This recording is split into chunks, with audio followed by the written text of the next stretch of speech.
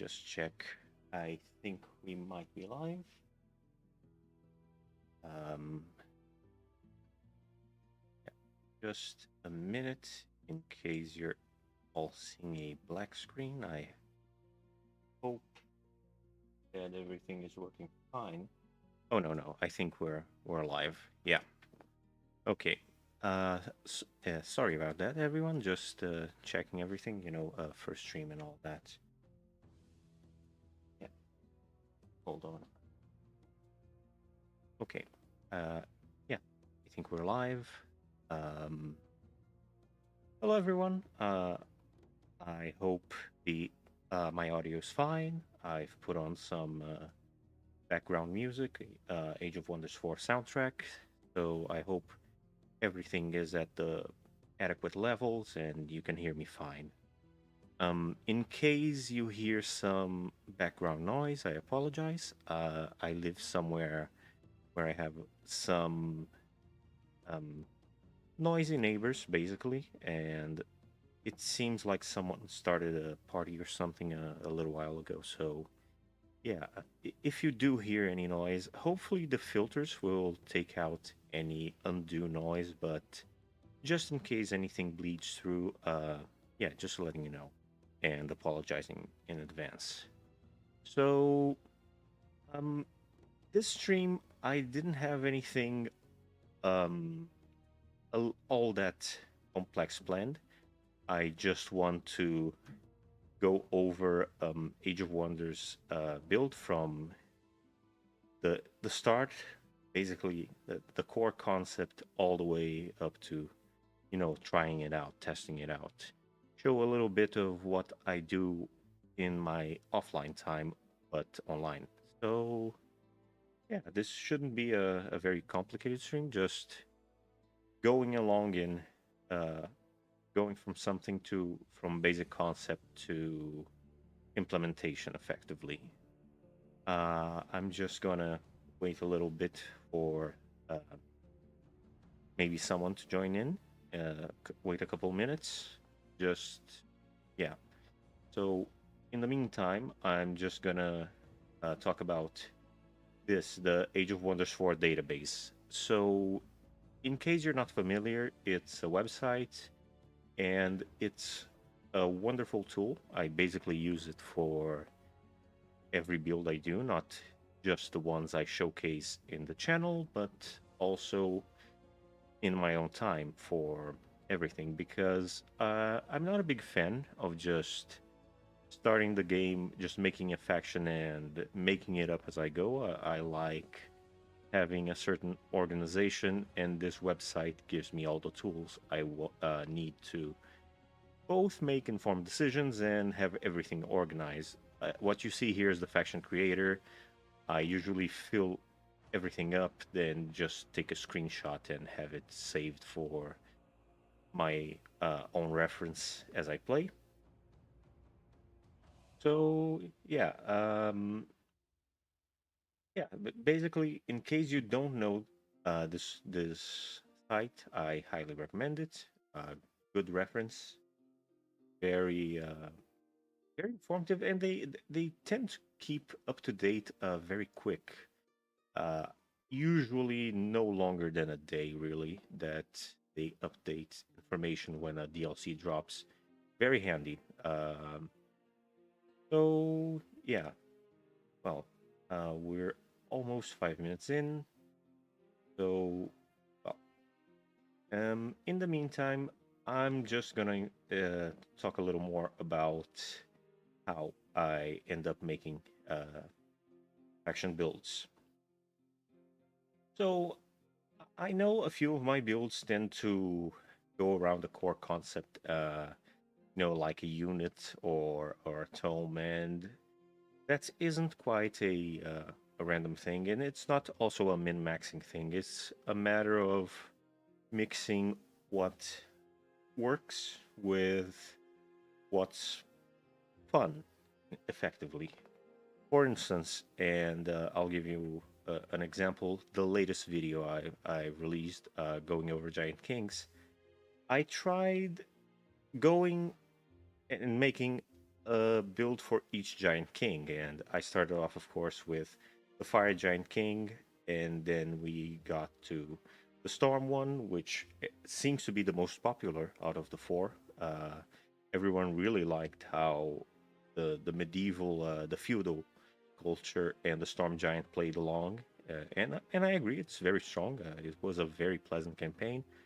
But what held me back when I was making a build for each giant king is I couldn't come up with one I really liked for the rock giant, because the rock giant is a little it's in a weird place, kind of, in the sense that it almost feels a little generic in what it does, because the other ones, they kind of lead you into particular places.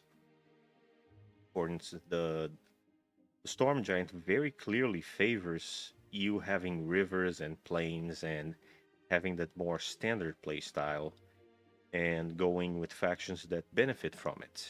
Or the fire giant also pushes you in certain directions, same as the frost giant. There is, yes, there are mountains for the rock giant, but you can't quite make mountains, so to speak. You just make rocky terrain and you inhabit it. It I understand that if you could make mountains as you can, for instance, in Age of Wonders 3, that would be quite powerful.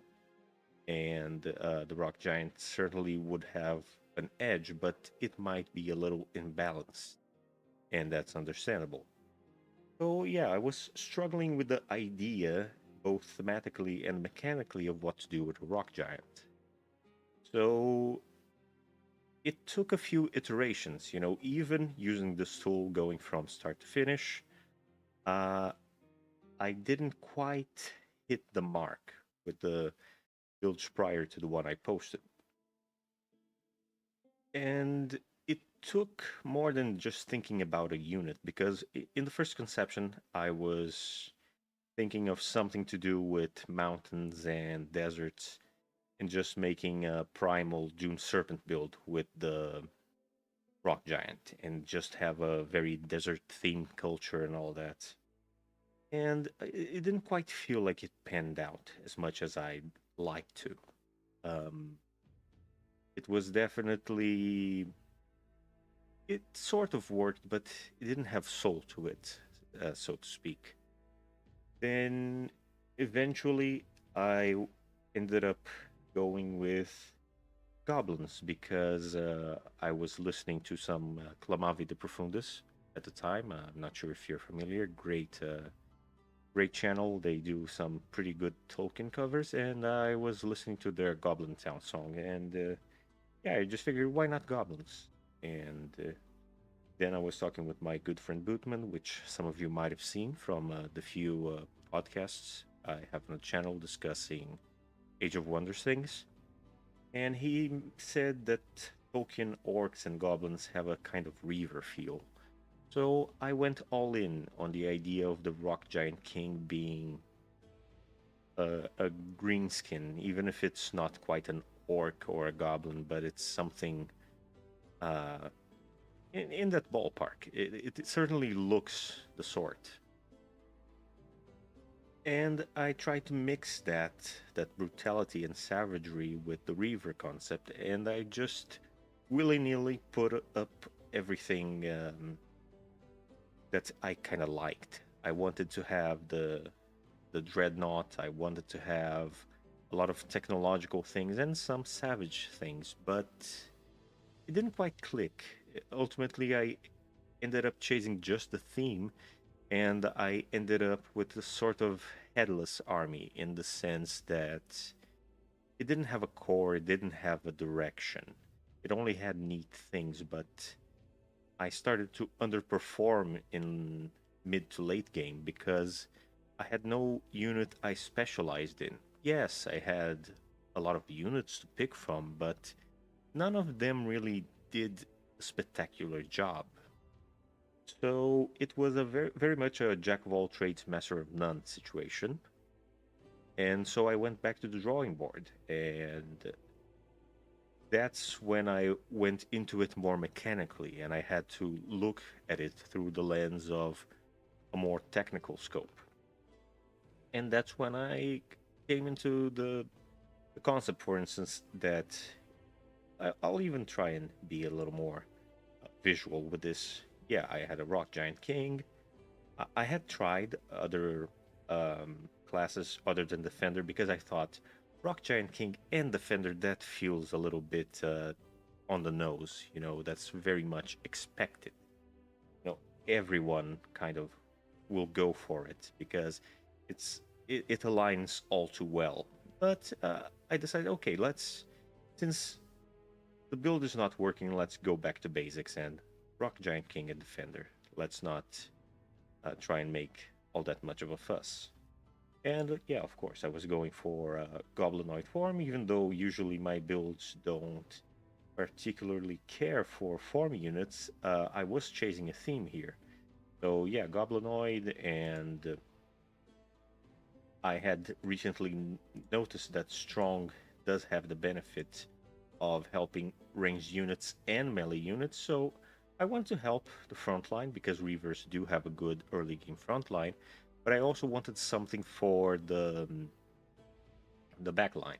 So this extra damage was good, and I'm sorry if I'm blanking out a little bit, but if memory serves right, I did go for either quick reflexes or was it quick reflexes or did I go for keen-sighted? Yes, I might have gone and underground adaptation, but since we were reavers, we didn't have. The site is good. Even this is kind of covered by it, where you have the incompatibilities. But yeah, I was a reaver culture, so I could just go and grab underground adaptation. And I wanted to play with the new things, so I did go for, where is it? Oh, yeah, Subterranean Society. And if memory serves right, the other one was uh, Merciless. Where is it? Sorry. Yeah, this one. So, yeah, going back to basics, I was able to assemble the score and go back. Oh, Tome of Roots. That's a good starting tome because originally I had Pyromancy and I went harder on the Chaos. And since I was looking at it more mechanically, I just try to also keep the affinities aligning.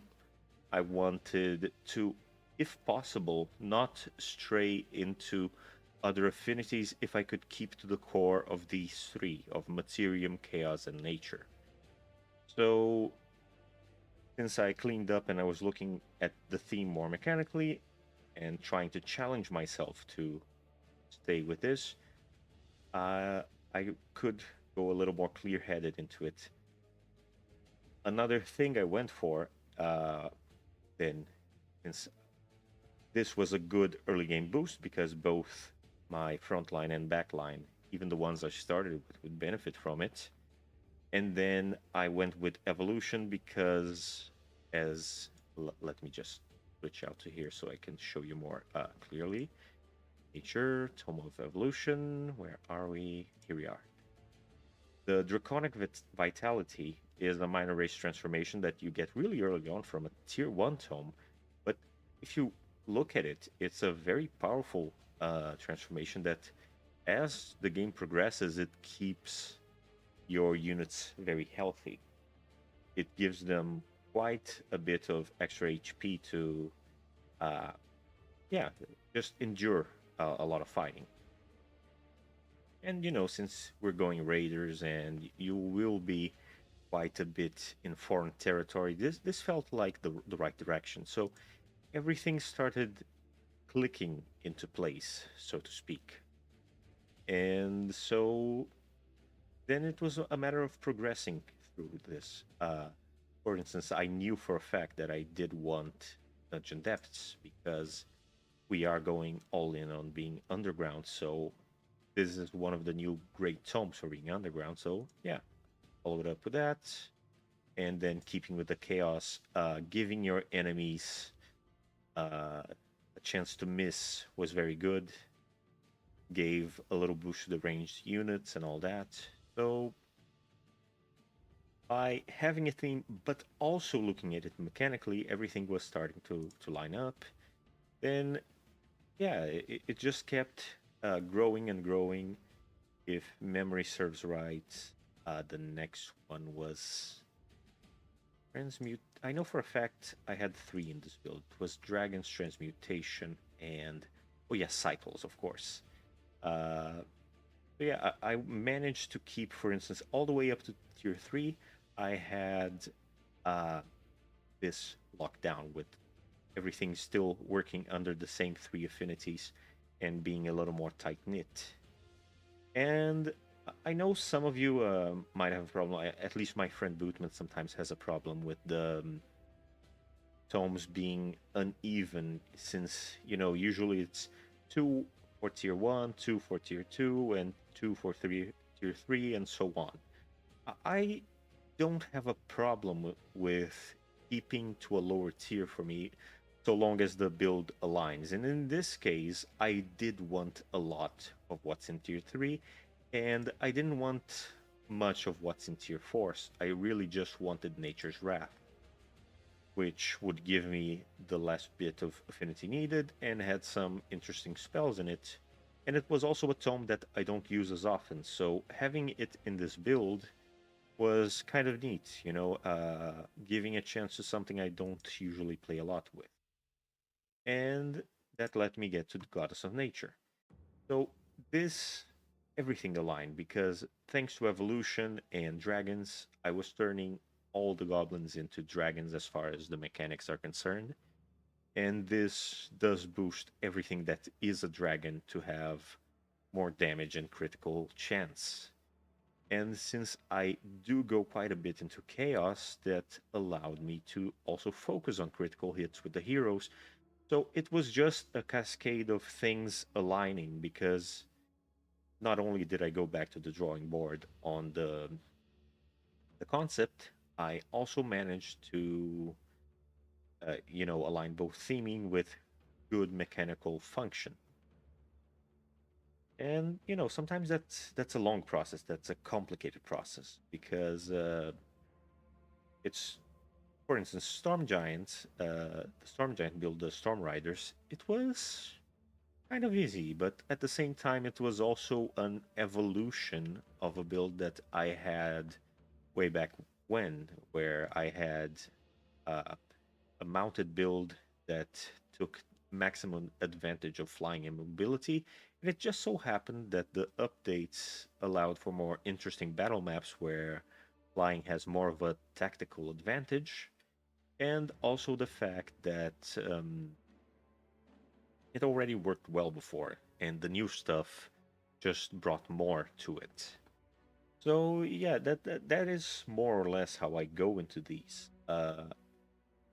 I understand if some of you think I pursue it a little too much for the theming, and I know some of you may also think I follow too much the mechanics, and of course I know there's the opposite. People think, oh, you're not thinking of this in competitive terms, or going into it in you're just trying to min max, and it's neither. It's actually a little bit of column A, a little bit of column B. I go both for the fun that comes with coming up with the whole idea, and also the mechanical aspect, because I don't want it to just be a neat idea, then as you play, it doesn't feel as good. So yeah, we're about 20 minutes in. Nobody in chat has woke up yet, but just in case, I'm gonna start and come up with a build for today, because the idea will be to just go ahead and set something up here and then test it out just a bit. I don't intend to go too long with this stream, maybe 2-3 hours max. So it will really just be ideating a build and then playing its early stages.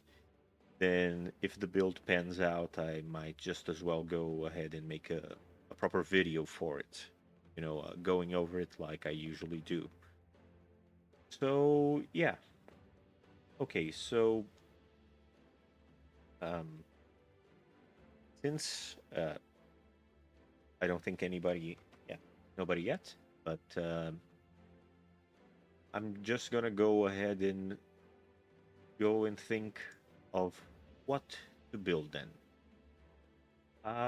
We do have a few options. I haven't yet, for instance, covered the Monarch side of the feudal update. I did play it a bit in the Ogre beta, but I wouldn't quite call it a proper build that I did there. Just a few ideas. But I could also try a different culture. I don't play, for instance, I haven't played Oathsworn as much as I like to. I also don't play, for instance, High or Barbarian all that much. And it has been a while since I've tried something but Dark. But, well, while we're waiting, maybe someone who really likes one of these cultures will come in and just chime in and say something. But in the meantime, I suppose I'll go and look into monarchy for the sake of simplicity. Okay, so let's reset all this.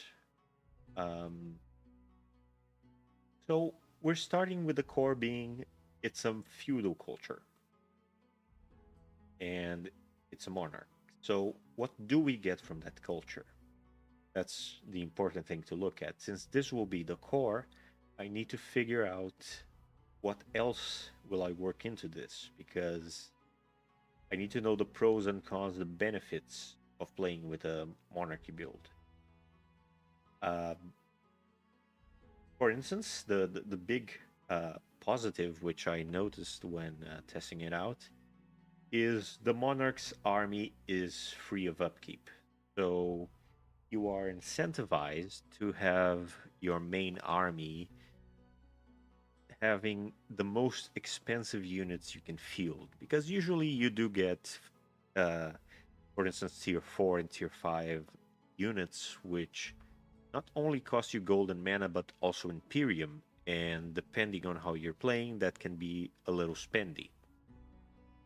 One second.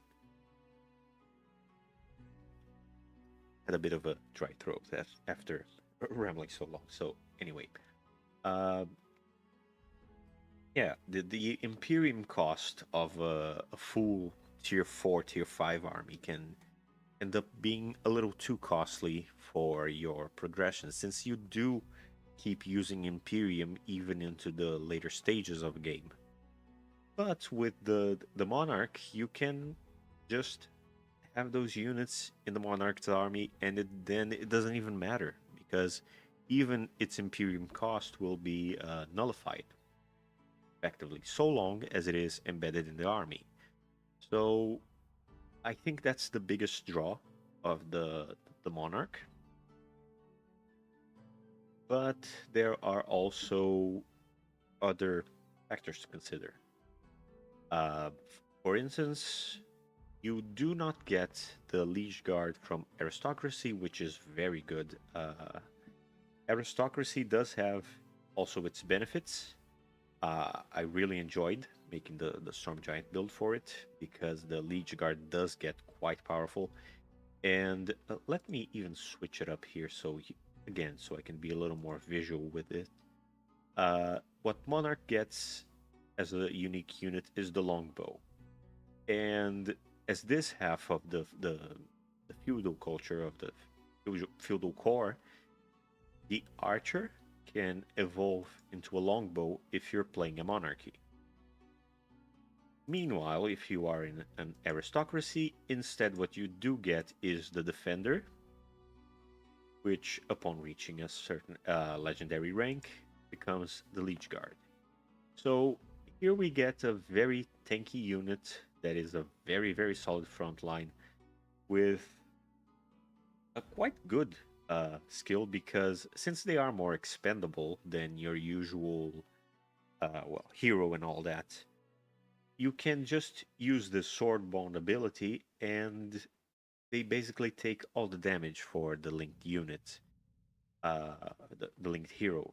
So you can have your hero take more risks and go danger, and then you just have a couple of these in the back being the health pool because they are quite tanky and they do get quite a lot of health. I haven't done a build trying to maximize that health, but I'm sure that's possible. You know, probably a mix of draconic vitality and possibly undead, maybe something like that. And it would snowball and get quite crazy, being basically a huge health bar for your heroes. But we don't get that with Monarch. What we do get is the longbow, which is admittedly one of the units with the most range ever. Now, yeah, it has range, but its attacks aren't, uh, what do I say? They aren't that strong, at least not baseline. Because, for instance, I do have a few builds with mage locks by now. I have the Frostfire snipers, which is the evolution of the ice snipers, the first build of the channel. And now I do have the Goblin Raiders, which also feature the mage locks quite heavily. But one big difference between that and this, let me just show here, is a small detail in their attack. As you can see here, both the snapshot and the heavy fire, they ignore a decent amount of the resistance and defense of the enemy. So even if it is a single shot, it is a very heavy shot that will just bypass a lot of the enemy's defenses. Not so in the case of the longbow.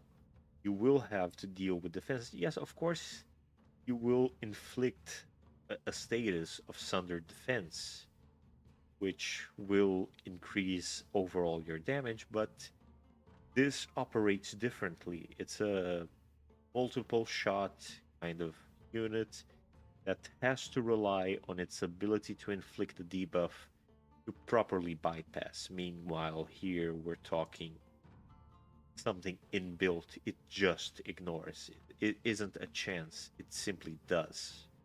So, baseline, it already has an advantage.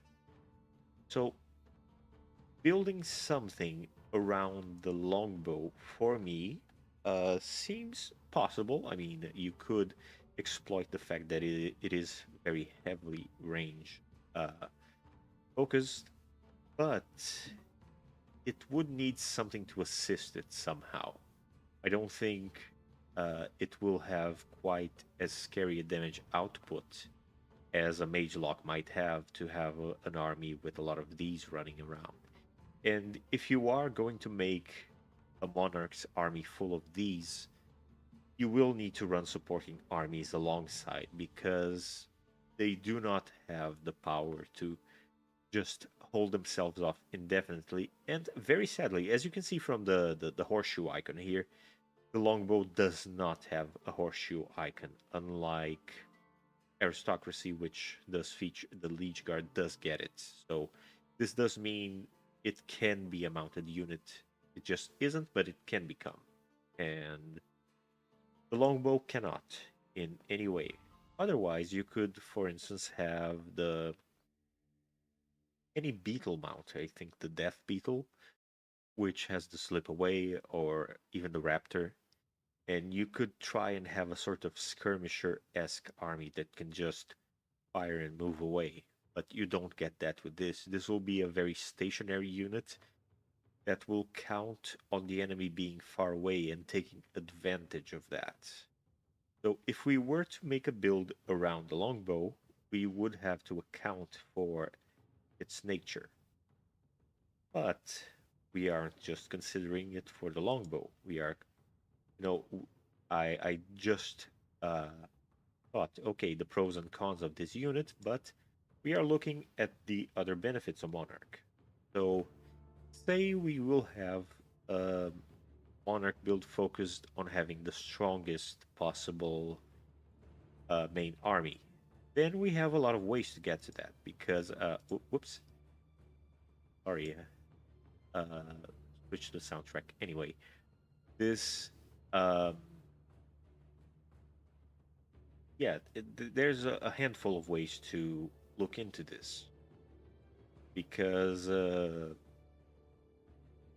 you know, the tomes give you plenty of possible creatures. For instance, the mirror mimic. I could, I don't know, make a possible build that focuses on having a lot of them and having them copy other units. Although this personally is one of the weakest mythics I've seen out there, doesn't justify its price point all that much personally. I'm sure there might be a strategy for it eventually, but I just don't see it. Yeah, let's look for instance the Horned God. Very spendy, 7 Imperium to have one in your army.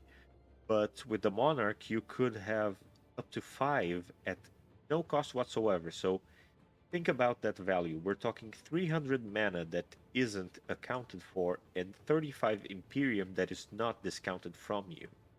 Just from having it in the Monarch's army. So that is a fairly potent thing to have. You could play around that idea and just trying to make the scariest possible main army. However, then the question is what happens when you don't have the army? You know, what about your other armies? You will have other armies because you need to. Eventually, you cannot be everywhere at once. So, as you can see, you have to plan around these things. You have to think, oh, if I'm going to take advantage of one factor of this build, then how do I go ahead and take the most advantage of it?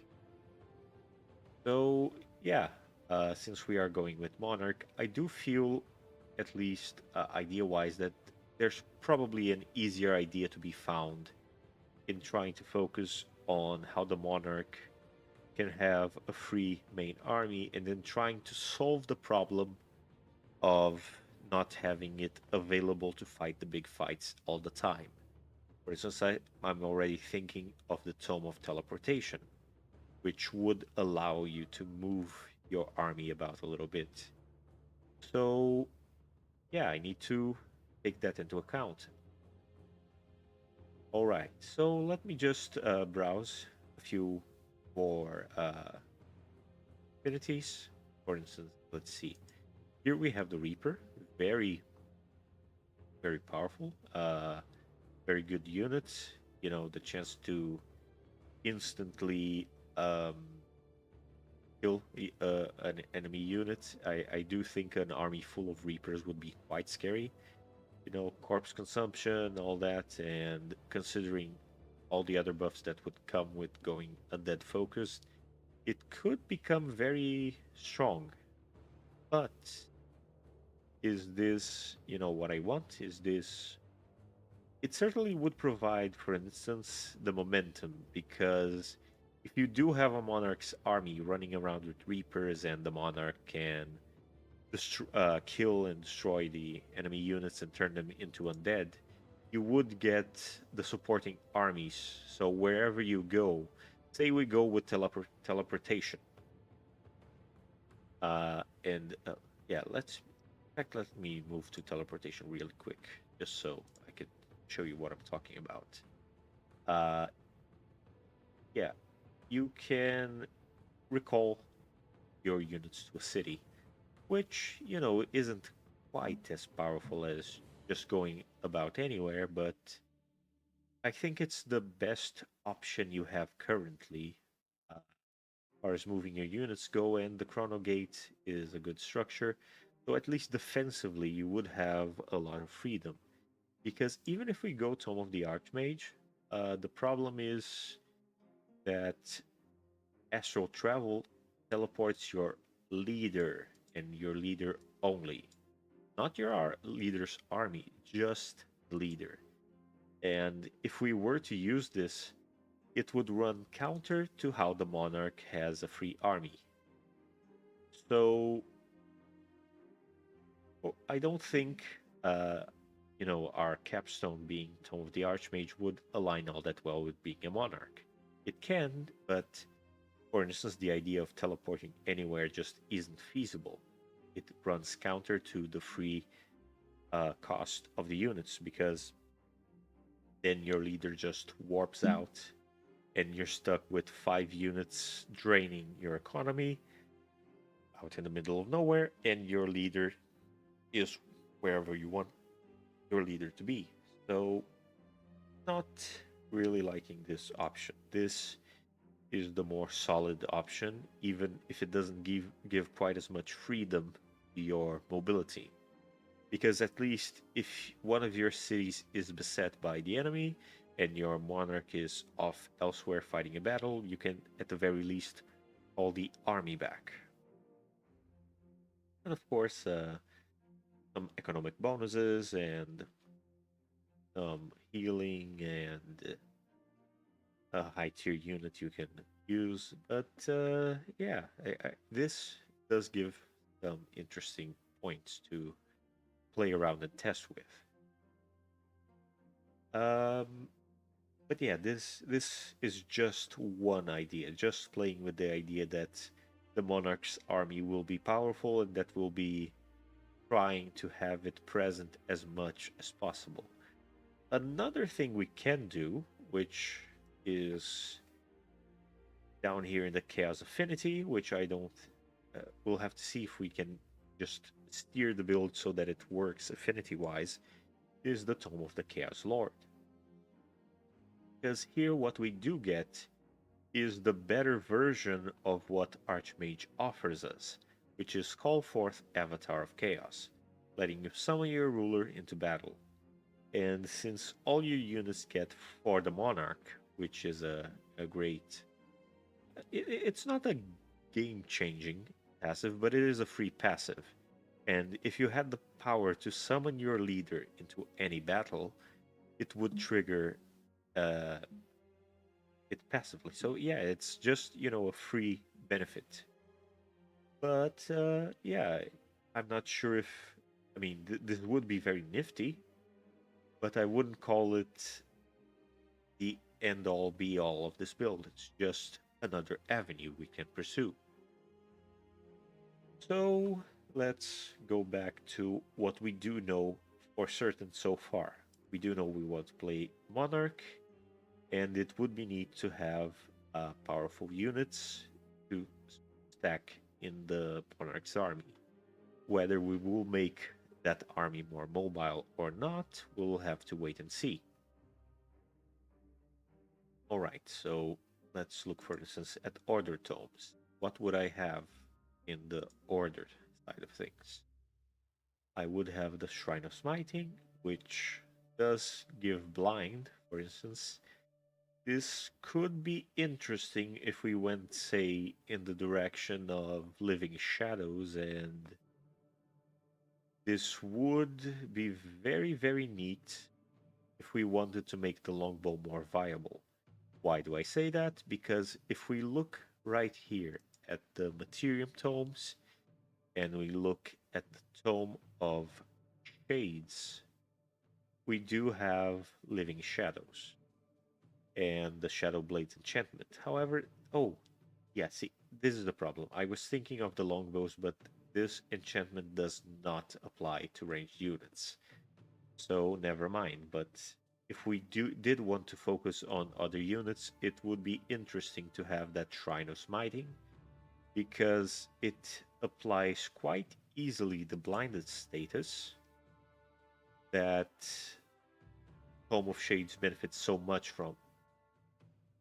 However, at the same time, this isn't, this is more of a support unit. Doesn't really feel like this would, for instance, its attack ability requires some faithful units, and yes, it would be. Is it faithful? Doesn't seem to be faithful on its own, which is a downside. We would have to. Uh, let me just check if this is summoned or recruited. The Shrine of Smiting, is it summoned or recruited? Oh, it is recruited, thank goodness. Because if it wasn't, if it was just summoned, there would be no way to resolve it. But since it is, and if we wanted to pursue that avenue, we could go for the Pyre Shrine, which, uh, yeah, no, is it the Pyre Shrine or what? Something here.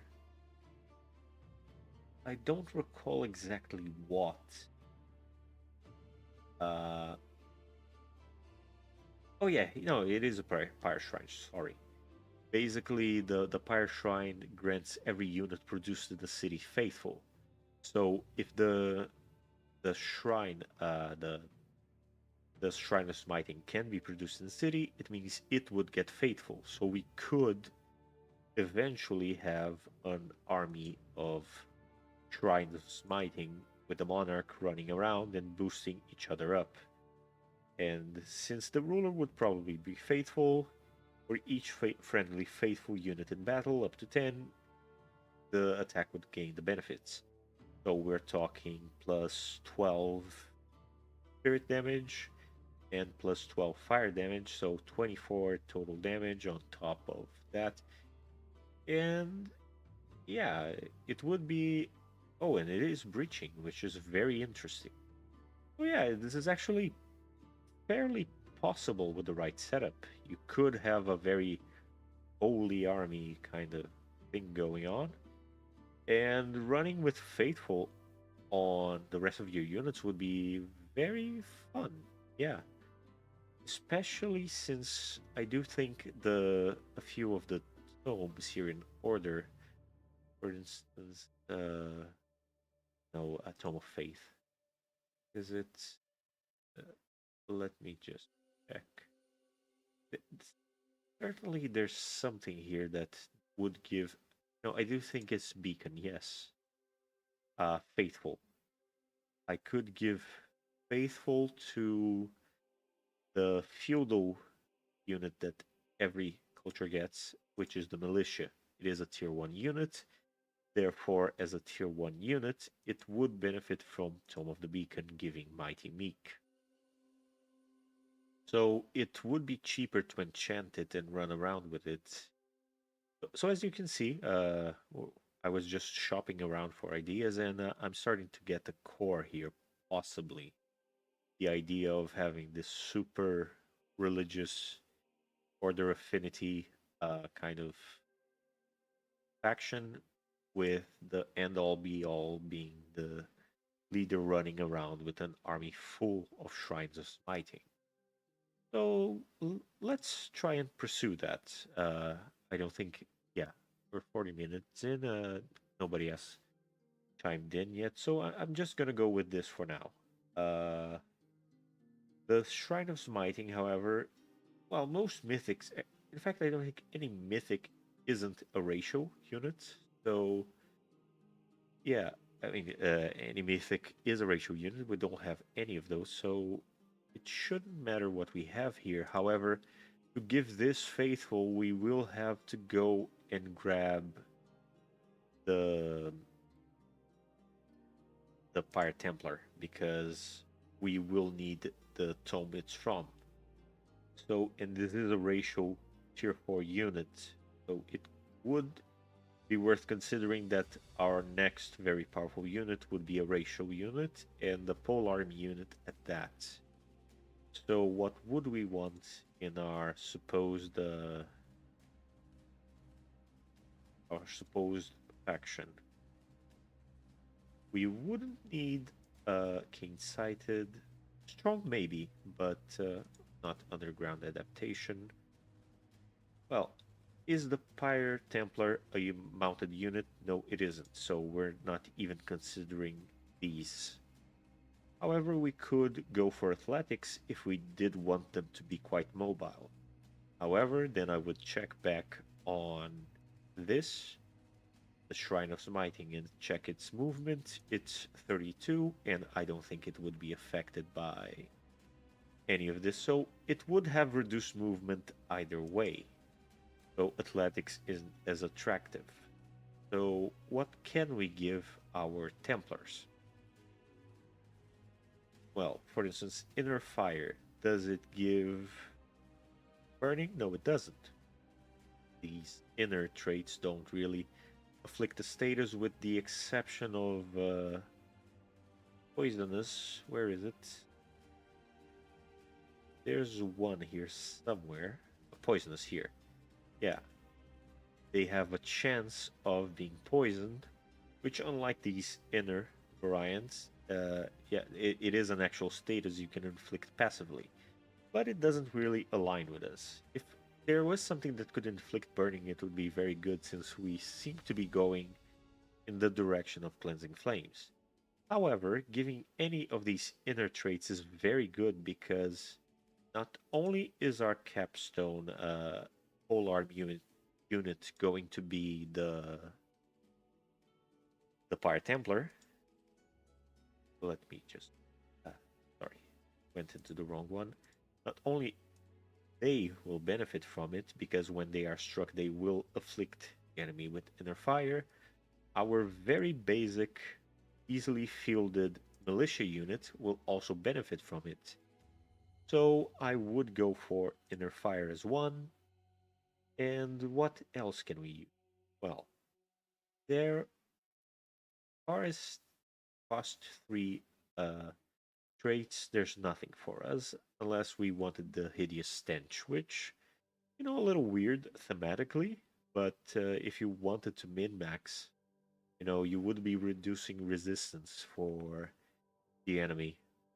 Uh, Personally, thematically, I don't like it as much, and it's not quite something you can toggle off. Aesthetically, I do believe it has a certain cloud of stench to it, so I'll avoid it. But uh, yeah, I'll consider other options. Tough would be good if we wanted the front line to be more line holder like, which, could be good. Also makes our back line a little hardier. Or quick reflexes to, since we might have a more melee oriented thing, making them harder to reach hit by ranged attacks is also quite good. So yeah, let's see. For instance, yeah, King Sighted would benefit the longbow solely, but as we discussed, we aren't focusing on the longbow, at least in this build. So it would benefit one specific unit, and it wouldn't even benefit the other ranged unit we'll have, which is the Shrine of Smiting, because it isn't a racial unit, so ergo it won't get any of this. So I would rule out Keen-Sighted, even if it helps one unit specifically. I am sort of torn between quick reflexes and tough, because between the two, one will be better for melee, and of course it will also help with some ranged attacks because it is pure defense and resistance. But this would make for a better focus on resisting some ranged attacks.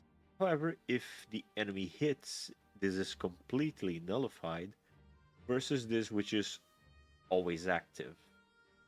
It's also worth considering fast recuperation to help recover in between battles, or resilient is interesting.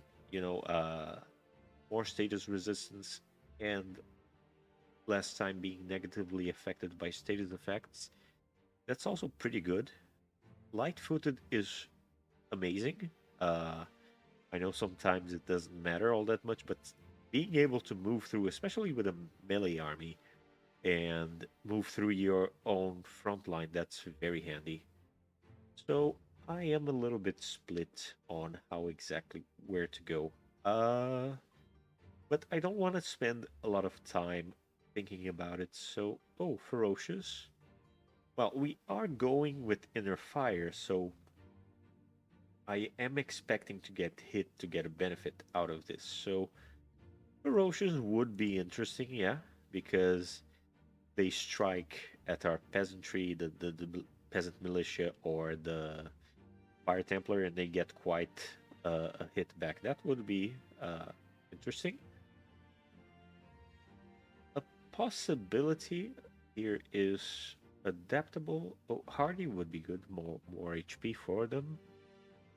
Cold-blooded? No, I think that's already counting for a very crushing battle, which can be good, but honestly, I think between these,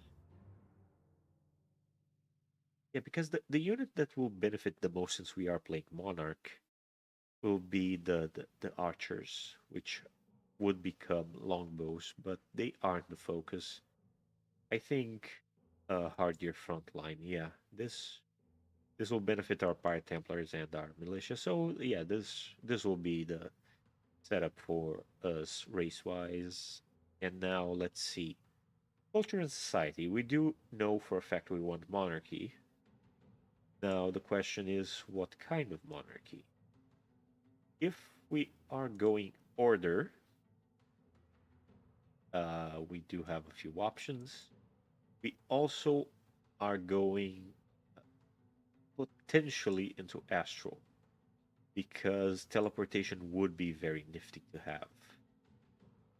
But the only requirement for that, since it is a tier 3 tome, is 3 astral affinity.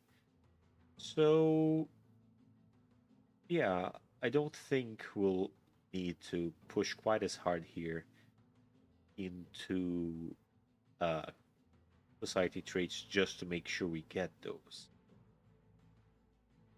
What we also want is to have enough order affinity to get to the Tome of Exaltation, because we are looking at the Shrine of Smiting as our end cap. So we will want 6 Order Affinity, which should be easy enough to get. Now, so I think we can be a little more liberal on what we choose, being more thematic and thinking less of affinity. We could go Devotees of Good, which would be... Oh, well, it's a little bit of extra gold for your cities and a little extra Imperium, which doesn't hurt. And giving experience to everyone is nice, even if it is not a lot. However, let's see the other options. Imperialist would be able to play with a whole Throne City setup. We could also go for Bannerlords to play with having vassals, which is an interesting strategy, because if we are counting on the monarch's main army, sometimes our problem is being at the right place at the right time. And if we can coordinate vassals to protect our territory, we are lessening the burden of our main army to protect our territory. So it would be interesting to go Bannerlords, I think. And we do start with a nice bonus. However, if you do play in maps that are more strict with how free cities operate, which I know I play sometimes, I like putting up hostile houses in city states just to give that little bit of extra challenge. But if you aren't playing that sort of game, I do think you can safely have that. And if you are playing, you can just switch this out for another similar uh, side trait. But yeah, I like this one. Now let's see, what else will we play with? We could have uh, an astral trait maybe, but is there anything interesting for us if we do? Uh, Gifted casters is interesting, definitely interesting. because we do get some more casting points and a boost to combat spells, but we don't even know yet if we will play a lot with combat spells. Ancient Wise Ones would speed up our research, but also not a huge game changer. Mana Channelers, we aren't playing Summoners, so it doesn't make sense, and Mana Addicts would make us too dependent on combat spells.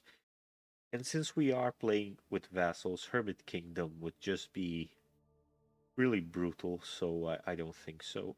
Alright, so let's consider other options. For instance, since we are playing Monarch, we do get Materium, so let's see the Materium options. Perfectionist Artisans, extra city stability and gold, not bad at all. And we do get extra rank to our tier 3 units, which would be the longbow. But they get promoted and we aren't focusing on them, so maybe not this one. Wonder Architects would be good.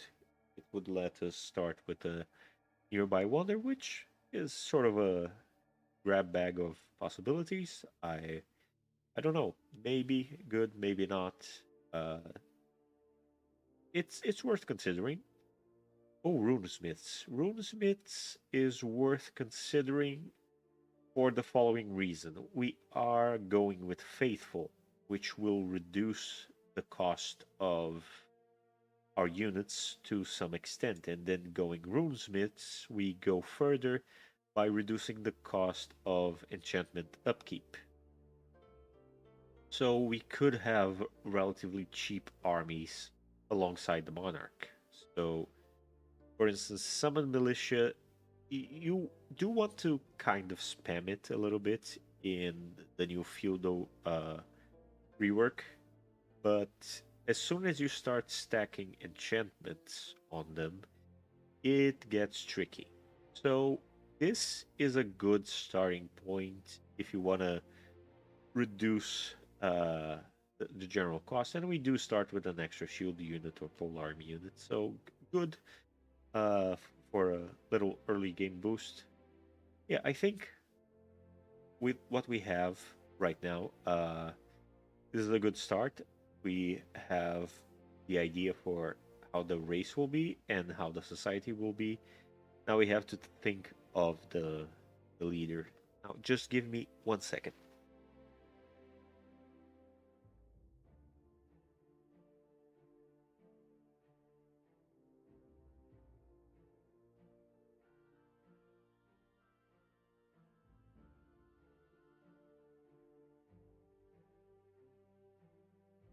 All right, back and just hydrating and all that. Keep yourselves hydrated, and I will try and timestamp this stream when it's done, just so you know, VOD watchers, which will probably be the majority of people, since we don't really have much of anyone here right now. So yeah, it'll be nice and time stamped. So yeah, back to this. So now that we have this set up, let's look at the kind of leader. Now we have a few options. We could certainly go with Wizard King, Champion, but bang for the buck, these are relatively cheap leaders insofar as their own upkeep.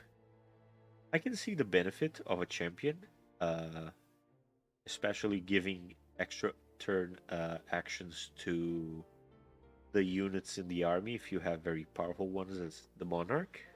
But and it does benefit, you know, free cities and their diplomacy. Still, not a huge sell for it. Because again, if we want to take the maximum benefit out of upkeep reduction, we can get more neat stuff from the bigger, better ones. Wizard King can be nice, very good spellcaster and all that, but again, it's a relatively cheap kind of leader, upkeep wise. I do think it would be between these three to be more benefited by the monarch having no upkeep. So let's quickly rule things out. For instance, we are going to play a more orderly faction. I'm not quite sure of Eldritch Sovereign. Maybe, I mean, it could work. We could have a weirdly holy Hulu monster, but I think it runs counter because you do have some evil actions you can do. The whole thing of thralls and sacrifice. Maybe I'm recalling it poorly, but I do think that has some evil implications. Though we aren't playing with something that's very turned towards alignment. Could go this way. Definitely a possibility. And it would be a very strong leader. We could also go with a dragon, and it would be quite strong. And there's the whole dragon horde thing that if we have some artifacts, we get a lot of gold generation. Well, there's also the giant king, which is a little bit stronger as a ruler than everybody else at the time. I think because they align so well with what they do in their faction. Uh, Generally speaking, you know, they bring a lot of benefits to your faction as a whole because they give the terrain type a benefit depending on what kind of giant they are, and they give your heroes benefit in the forge. So that's a little hard to compete with, even though everybody else gets a lot of neat passive stuff they also give to your empire. It's hard to argue with terrain bonuses and an easier access to forge stuff. But I'm also hesitant of going for the Giant King just because it is the strongest. Uh, I would consider the Dragon and the Eldritch Sovereign, but at the same time, I'm not sure. I mean, a Dragon King would be quite powerful early game. Uh, I do think thematically it's the most middle of the road option because of the three, it is powerful and it can blend with the theme of a holy army, a gold dragon and all that stuff. The Giant King. Oh, hello, Bootman. I was just going over a general build. Um just conceptualizing since there wasn't anyone in chat, so I was theory crafting something from scratch.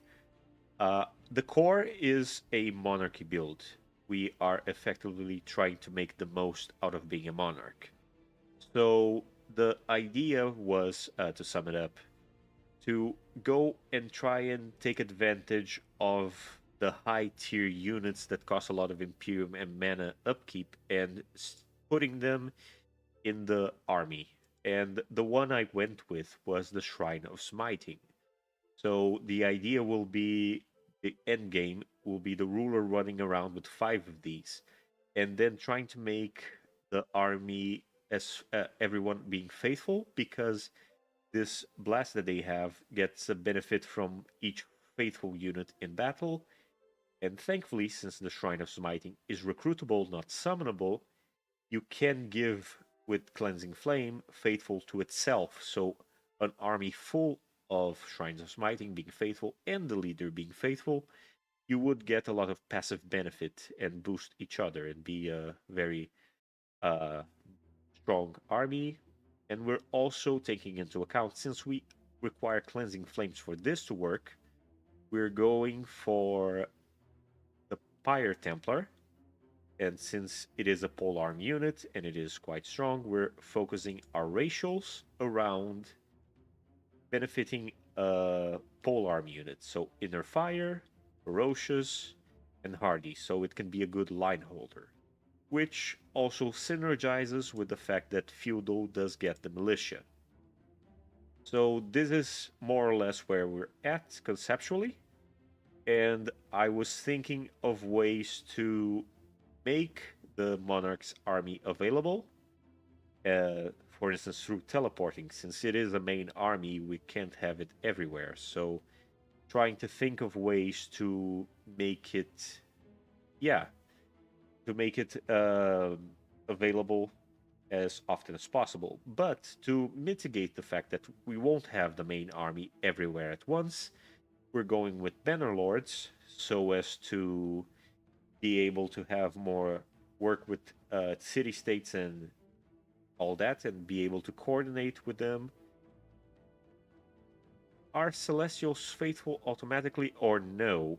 Well, from the unit card here, as far as I could tell you, it doesn't seem to have faithful innately. Yeah, Celestial unit. It gets Spirit Resistance, Blight Resistance, Inspiring Killer, and Control Loss Immunity, but no faithful. As a construct, it also doesn't have faithful, floating, large target, and mythic unit. Nothing in its passives say that it is faithful, and nothing here say it is. Yeah, it is definitely weird. So, yeah, you can make it faithful with Tome of the Cleansing Flame, which is weird that you have to, but since we are, everything seems to be aligning this way. So yeah, Banner Lords, so we can have more coordination with city states, just so we can then have them give them orders to protect our territory, since we are putting a lot into our main army, and runesmiths to reduce the financial burden of having a lot of militia with enchantments running around, since we are going to enchant our Fire Templars, and this will also affect the militia. So overall, that's where I was at, and I was kind of arguing the leader type because to make full benefit of the Monarch's army having no upkeep, I think one of the three heavy hitters are the more sound option because they have a lot more bang to the buck and they are a little more expensive. So having them for free is a bigger benefit. So I was debating between which of the three to go for. I think Dragon is more middle of the road. Eldritch Sovereign is good, but it's a little spotty theme-wise, since we seem to be going down a very holy path. But I mean, it could work. It could work. And I was talking about how Giant King is it's a little too good the way they are right now because they have a lot of benefits to them. They benefit your terrain, they benefit your heroes with the forge stuff. So it's hard to just, pick Giant King because Giant King is great, you know? So debating overall the options here. I was thinking Dragon thematically because, as I said, middle of the road. It's both strong and I can see a gold dragon leading a holy army. That makes sense. Uh, but yeah, I think for now I'm gonna put down dragon, and then we'll figure it out as we go. Class wise, we do have a lot of options. I think ritualist would be nice. Oh, yeah, I do think dragons are still very powerful. Yeah, they still hold their own quite a bit. Uh, but yeah, I'm thinking about general faction benefits. The Giant King does give a lot to your faction because you can forge better stuff more often and you have all their runes and stuff. But yeah, in a 1v1, maybe Dragon wins out, uh, especially if they're very resistant because the benefit of the Giant King is the stun that they have on a lot of their attacks. And if you're very protected from that status effect, I do think they win out. But that depends on how you set it up. But yeah, class-wise, I don't know. What do you think? I was thinking Ritualist because Ritualist, you would be able to revive your shrines in case you lose them. But at the same time, I know you are partial, for instance, to Dragon Death Knight because they do get quite strong. Spellblade and Death Knight are still very powerful classes for Dragon. I'm partial to the idea of having them as a Death Knight or a Spellblade, but yeah, I don't know.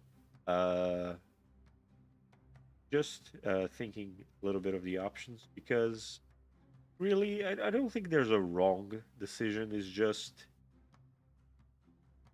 oh yeah, nature route. That would be worth considering, but that will depend on how this all shapes up.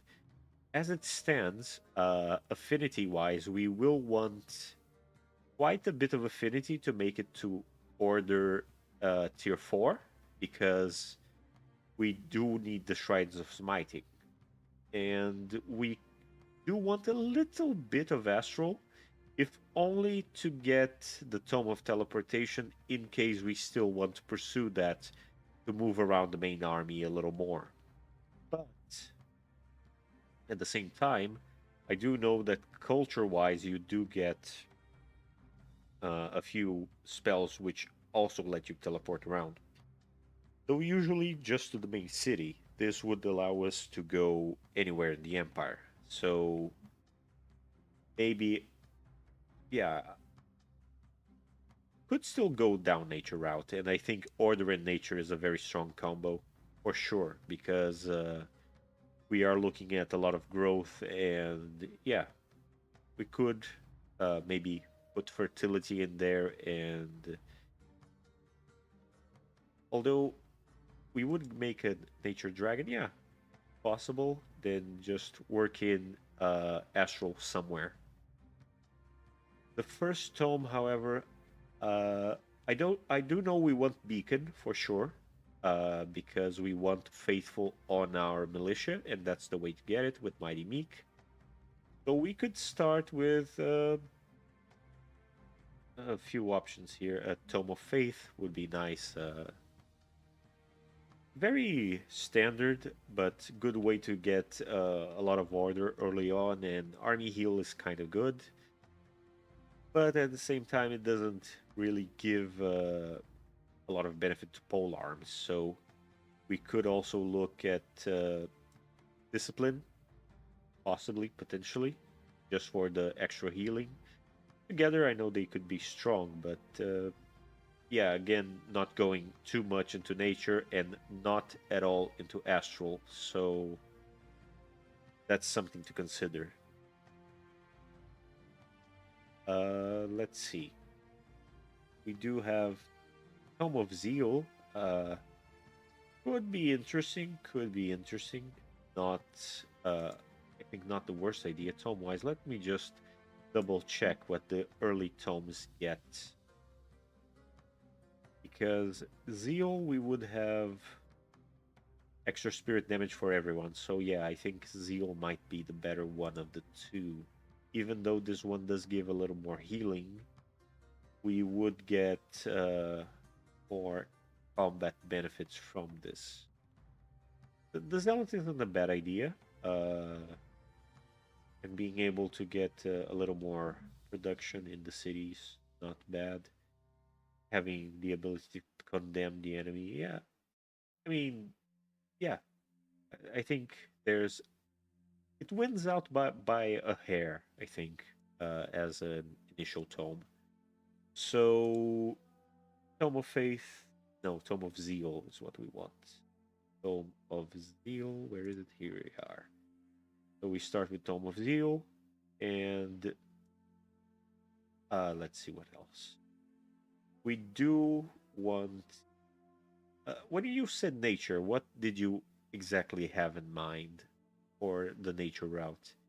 Were you thinking, for instance, because at this stage we could go for roots, and it would get us a little bit of healing since we didn't go for faith. We could also go down evolution for extra vitality.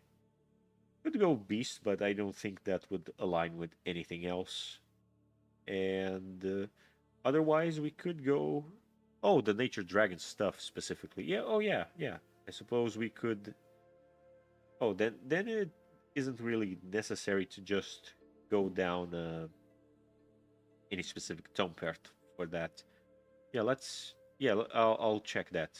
Just give me a sec. Let me go to Hero Builder so we can have a look at Nature Dragon's benefits. Ruler type, Dragon Lord. Let's go for a Nature Dragon and Ritualist. So this is our class, and these will be our skills. Let me just, yeah, Nature Aspect, non-base attack abilities grant. Oh, this does give healing. Very good. Yes. And let's see. We would get a unit type, Plant and Fey. No, no. Primal Dragon for natural regeneration would be very strong, though the other transformation would let us make it count as a celestial and give it condemned. Yeah, I do think out of everything here, maybe Primal Dragon for the self heal. And then let's see the life breath. Yeah, this does give a lot of benefits. Uh, yeah, we would have healing. And then the capstone, what do we have here? Using non-attack abilities heals. Yeah, it would go all in on healing. So I definitely see the general appeal. So if we go all nature here, yeah, I think that's very good. Definitely, it will be healing everyone up. Yeah, then just go here the classic of being able to resurrect enemies. Friendlies, and reclaiming attacks. So we are healing on top of healing. Yeah, that was a very good suggestion. Yeah, we can go for cone for maximum area, or even go for comet if we want to heal at a distance. Yeah, yeah, the first and the last. Yeah, definitely, because this kind of stacks with this, and yeah, and then we have non-attack abilities healing everyone. Personally, I do like Primal Dragon no matter the dragon type. This I think is the kind of the thing that sets Dragon apart from other leaders if we're talking about combat benefits, because being able to heal yourself up is just plain good. There's just no downsides to this. It gives a lot of self-sufficiency to the leader. Uh, the breath, I think life breath still is good. Although, since we are going Tome of the Cleansing Flames, Inferno Breath might be more interesting if we are talking about inflicting burning. Since every burning will be replaced with Cleansing Flames, and Cleansing Flames will heal our units and harm our enemies. So this might be the path. So Nature Aspect, Primal Dragon, Inferno Breath, and then Elder of Nature. Yeah, this might be it. Just a little bit of chaos just to make sure we. Yeah, that's very good. Very holy and wrathful at the same time. I like that. Since we are a ritualist, maybe Comet Breath for a little bit of distance, but the sad part is doesn't really have a lot of area. I do like the cone if we are going to full on burn the enemies. Maybe, yeah, maybe this. I do like cone quite a bit more, even though breath, the comet breath has a little more control. I don't know. I suppose this will be down to personal taste. Yeah. So back to this. We don't even need to really go with Nature Dragon if the affinity doesn't align, since here I think we can, even with the Astral Dragon, we can get all of this. You know, we can still go all in nature aspects, Primal Dragon here, and then Eternal Breath, and then Elder Nature. Nothing is stopping us from doing this way. So, yeah, we'll see. Depends if we need this affinity. It does make things easier on my end to just have the, this just means I need 2 astral affinities somewhere else to get to Tome of Teleportation. So definitely a strong possibility. Now, as far as our units, I don't think I want an Astral Tome at tier 1 because these don't. I mean, Lightning Blades would give a small benefit to our. Let me just check one thing as far as the Shrine of Smiting goes. I don't think it would benefit from any enchantment at all, but doesn't hurt to check if it can get a benefit from something. It is a mythic unit, large target floating well, it is a construct, so if we did have construct related bonuses, it would benefit from it.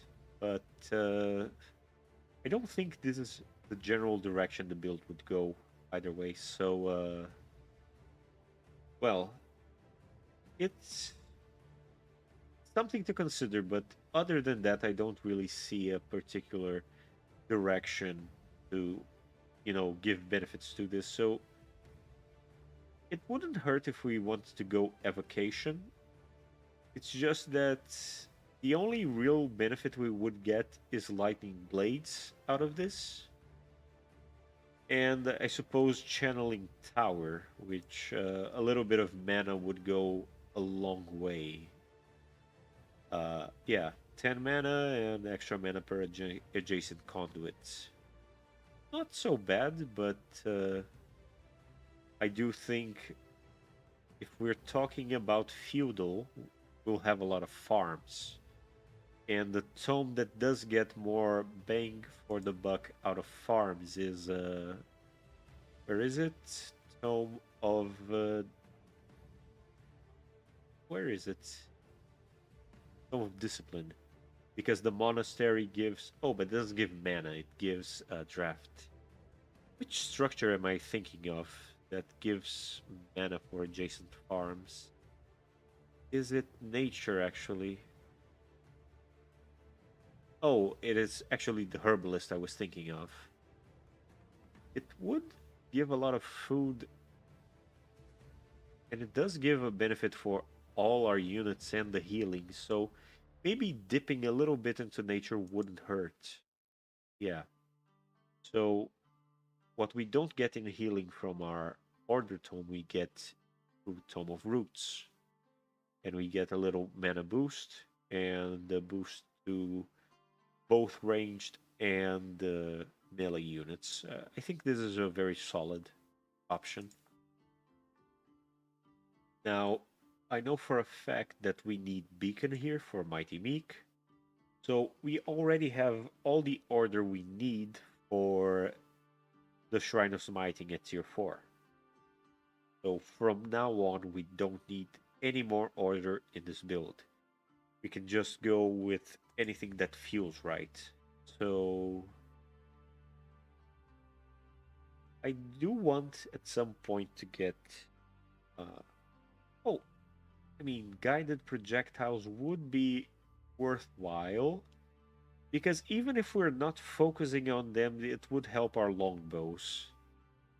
It just, let me check if it would help our Shrine of Smiting. I don't think it would, but let's see here.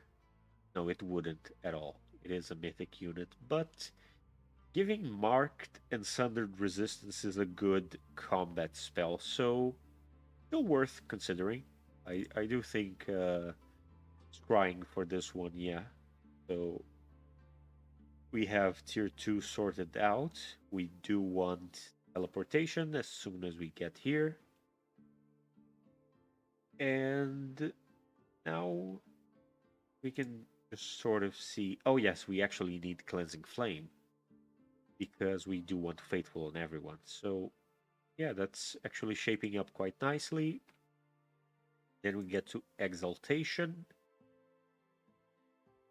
An option we would have, as unorthodox as it may seem, is Tome of the Stormborn, because this build does not count at all for mounts, and it would benefit our Pyre Templars. So, odd as it may seem, we could go for it and just have the fun of Naga transformation, as well as the fact that Stormport aligns well with the Astral Trade Relay.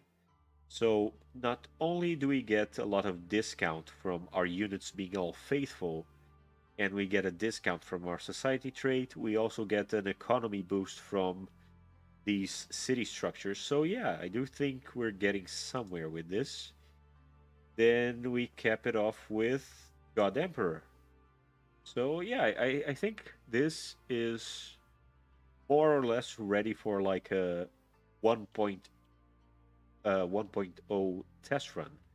A very neat thing about the site, for instance, now we can see everything we get if we were to go this route. So we do get Cleansing Flame Herald, very good. All Burning Ground becomes Cleansing Flames. The only thing that doesn't align, now that I'm thinking about it, is Stormborn having the whole downpour thing, which kind of plays against trying to set everything on fire, but honestly, you don't need to use it.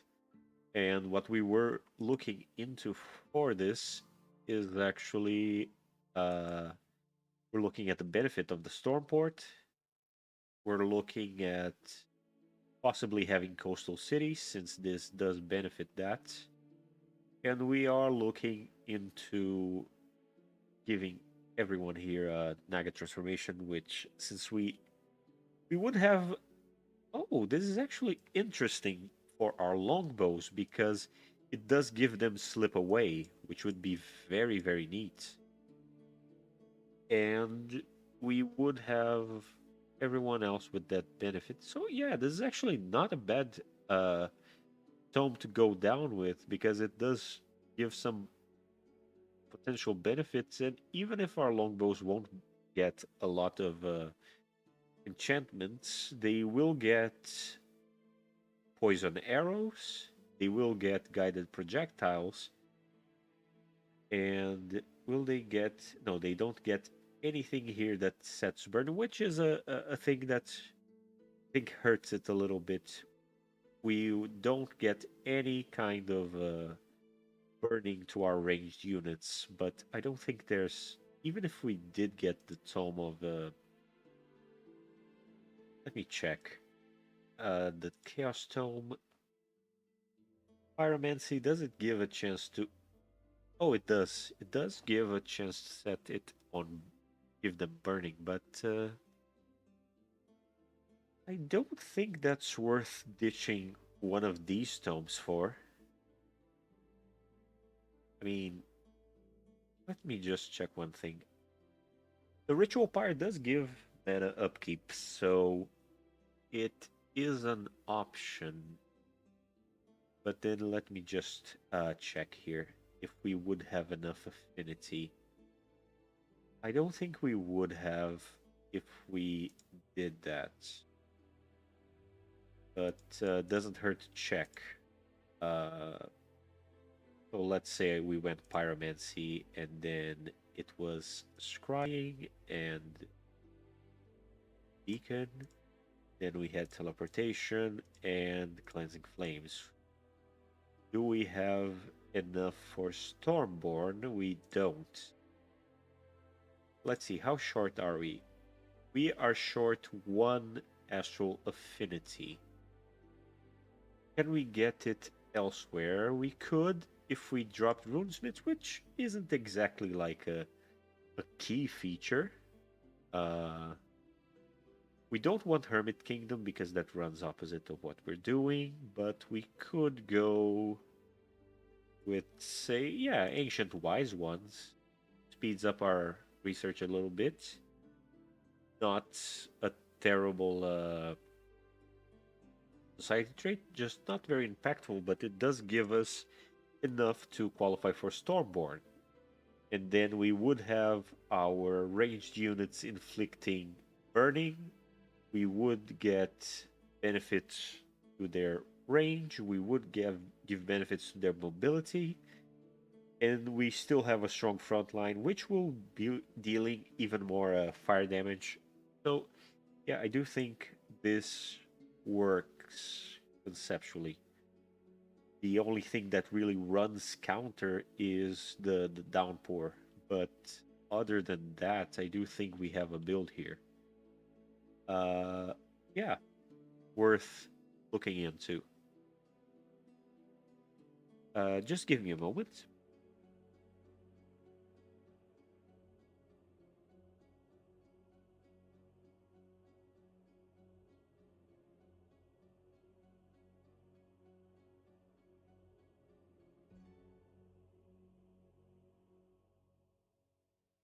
All right.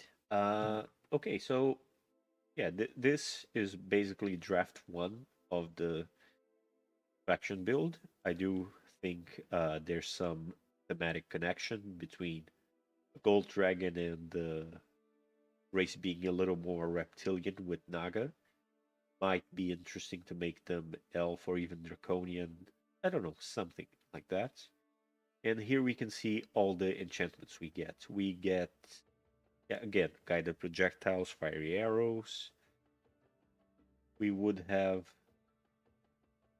This is more for our support battle mages, which we won't have a lot. But if we did, they would have these benefits. Legion of Zeal affects everyone. And Supreme Magic, well, it's interesting that we do get quite some good enchantments for our battle mages, but Hildo doesn't have any innate battle mages. And looking down this list here, we only really would have the Pyromancer. So I guess if you wanted to play with them in the early to mid game, you kinda could, but I don't see a Pyromancer holding up all the way to the end. It could, but it would require some testing to see if it works out. But it definitely would not be in the Monarch's army. Like, I think the Monarch's army, as soon as you can, you would have Pyre Templars and the shrines. Probably mostly the shrines, or maybe a mix, maybe a Pyre Templar or two, just to be a line holder while the Shrine of Smiting does its thing, so to speak. Yeah. Oh, actually, no. Sorry. I there was a small gaffe with what I did. It's not Tome of Supremacy. It's the Tome of Exaltation. My bad. Yeah, the Stormborn, then God Emperor. So we wouldn't get the Supreme Magic, and we would just have Pure Flame staves and phasing enchantment, which not the best, but you could have it if you really wanted. Uh, yeah, then we still get the Shrine of Smiting, and yeah, I think this is looking all right. We have definitely a more uh, frontline focused build with what we have. We do have quite a few benefits to them, and we do give uh, some benefits to our ranged backline if we want to. I think the longbow gets more benefits than a battle mage would. And if we're just looking purely at the burning status, even if the pyromancer is more specialized in it, we would have the benefit of the longbow being able to apply it at a very long distance, which is probably better. And if memory serves right, the longbow does have this tiny little benefit to it, which is that it has both a single shot and a repeating shot option. So you could play with the both ways of applying the debuff. So yeah, I do think we have a core now for our Monarch build. So yeah, this is the the theory crafting part of the stream. I think we have enough to try and test things out with. I'm not sure. I think I've already. Uh, wow, we're an hour and a half in stream wise. I think I'll play around with the early game a bit, see where we go, but I don't plan on running too long on this. So just give me a moment while I set things up to so that we can move into the game. Yeah, just give me a second. Starting it up. Just in the meantime, let me also stop the BGM so we don't get double BGM.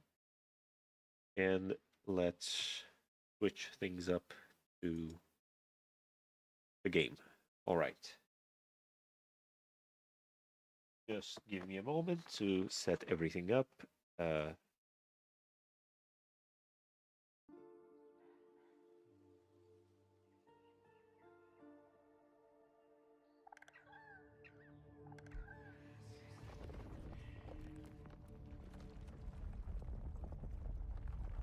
all right. Now let's get to it. Do tell if the game audio is a little too loud. I think it's coming off a little bit loud on my end, but I can adjust it if necessary. Just, yeah, a little bit. Now, let's create the faction. What is your people's form? Now, if we check here on the notes we had, the the faction traits we want are actually, let me just, because every time you change the form, you kind of get this changed. I think for variety's sake, I could go with Lizard Folk for this one. Yeah.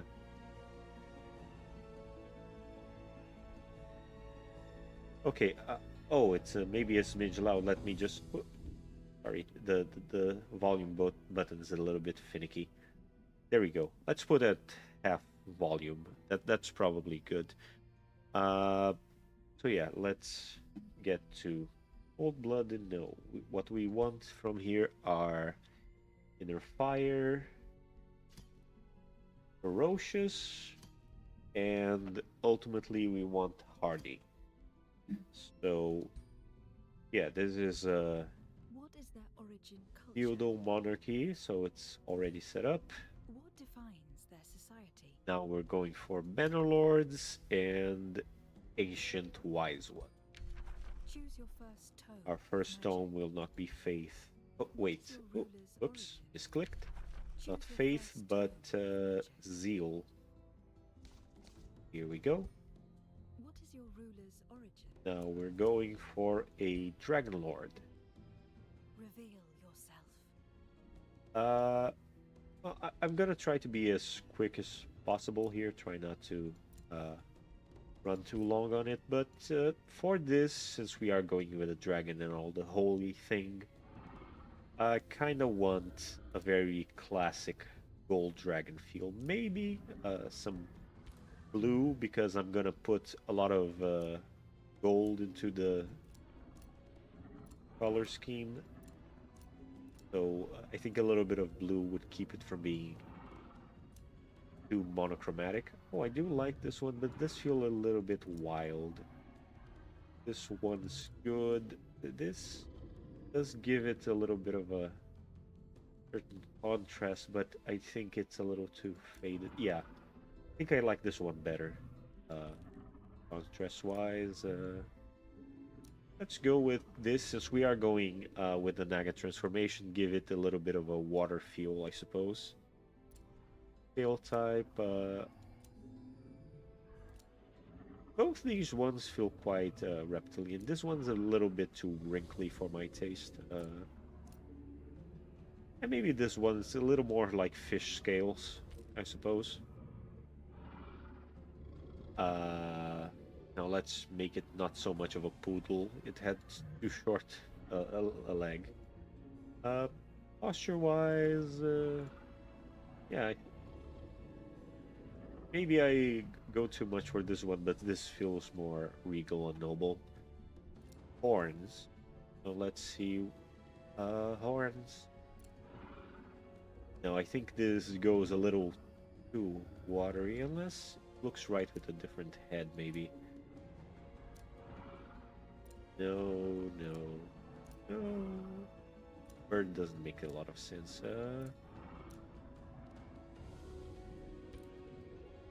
I don't know. I think it could use some actual horns. Maybe not the nickel bolus one. Maybe this one could work. Or yeah, I think yeah, this looks fine. Yeah. So dragon looks wise, I think we're there. Head size. No, I think this looks about right. Just this looks fine as well. All right. So are we going for Astro Dragon? We are. We just need to change it to Ritualist. Race-wise, we do want them to kind of feel a little tied to their Dragon Ruler, so... Really, let me just... There's so many new options with the... I think the yellow is a little bit too yellow. Oh, this feels right. Let's go with that, or maybe a splash of blue. I think, yeah, the darker one. Or as Order Affinity. We have any nice looking ones? I mean, yeah, let's. Why not go for this? Seems religious-y enough. Oh yeah, they will be blue. I do think a splash of blue will. Yeah, but I think it works because we do have a splash of blue on him, and yeah, yeah. I think yeah, this with the lizards.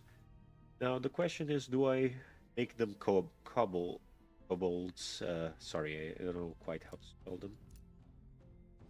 I mean, they will look snake-like, so I think it would be a bit silly to make them tiny and then give them all the big nugget tail. So probably this looks about right.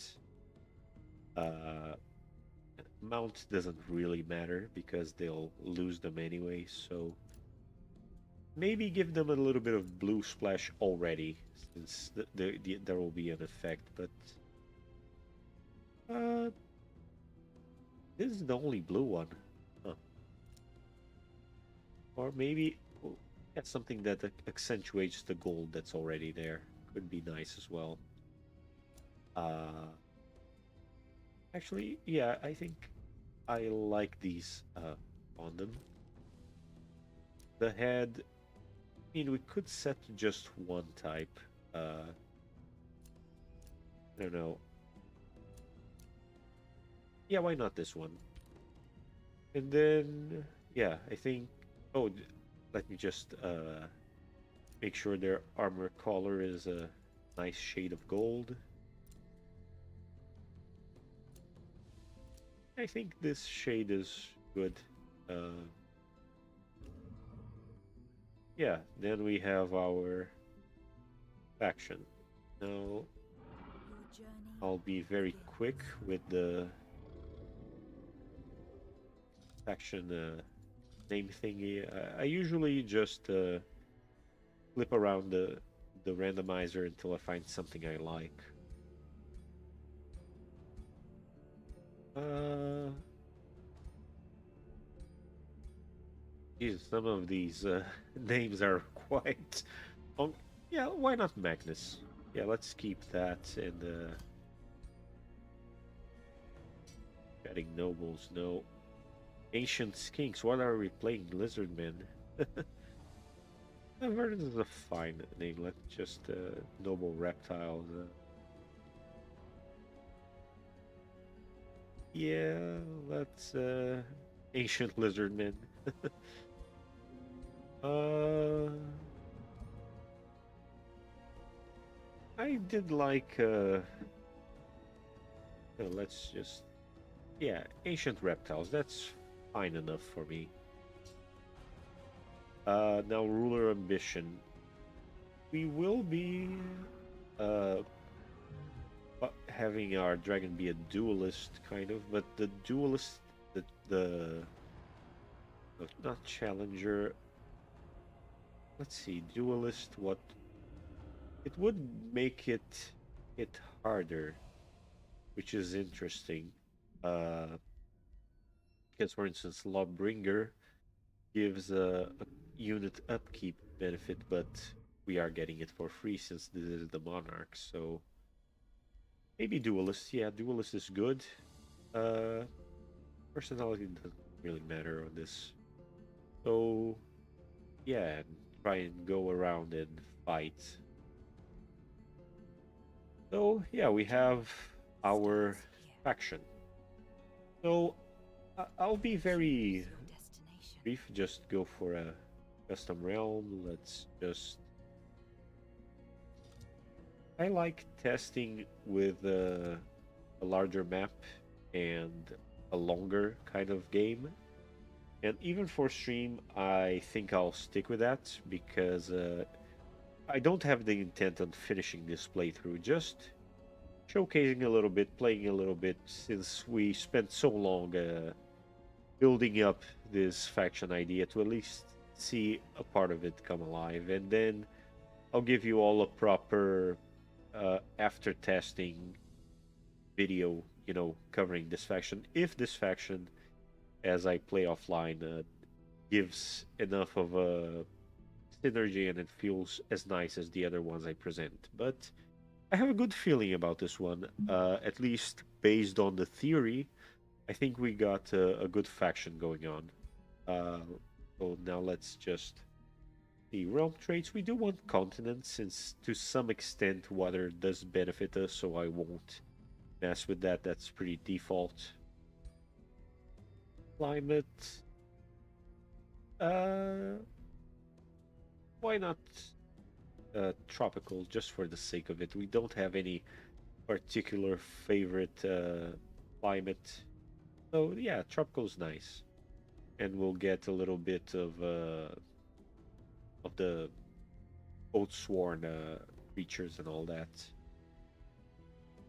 Uh, let's see, Astral Invaders, Demonic Realm. Oh, actually, here's where we would get the cursed units. We could have a little bit of Urat's Grasp, and that would play into Cleansing Flames. But it, well, I don't know. Actually, why don't you surprise me on this one? Yeah. And let's see. Subdued Umbral Abyss, so we can at least have some. Since we are playing with Cleansing Flames, that would be nice. Yeah. And let's see what else.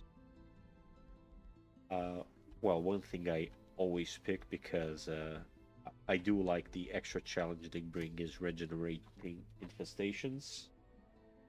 So let me give okay, let's see. What else? We are going to have a benefit from city states, so I don't want to mess with anything that has to do with them, neither to favor myself or to hinder myself. So I want to play this build in neutral conditions for the city state strategy, just for the sake of it. Because if I do go for Banner Lords or Might Makes Right and all that, it will either cripple or benefit the build and mess with it. So maybe Legends of Mirada, so we can have some of the nice stuff that came with Giant Kings. Maybe some intrigue just for the sake of it. And other than that, well, nothing particularly special. I think adding a little more than that would just mess with stuff. Yeah, I think this is a good general map because we'll already have a few. We'll have the Umbral Abyss to contend with. We'll have infestations to deal with. We'll have special regions, and there will be intrigue. There's already plenty to do on this realm. That stacking more things on top of that. I mean, I could add the crystal dwelling, but I think yeah, there's already enough going on. I would usually add more city states things, but since we are playing with something that favors city states, yeah, I'll leave it at that. I'll also not put any presence trait because usually these give win and loss conditions that put you on a time pressure.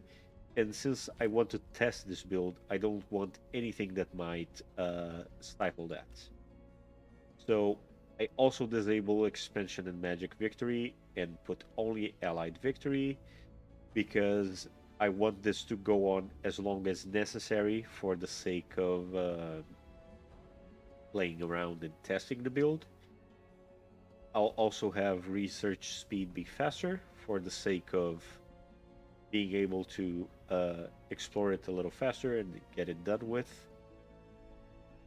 But yeah, uh, not a lot of, you know, none of the other setups adjusted, just faster research and fewer victory conditions. And the realm is as follows, being a little larger, so the infestations have more ground to just spread about. No particular inclination on the rulers. Just maybe keep Pantheon and Custom out of this, just for the sake of just running into the standard fare stuff.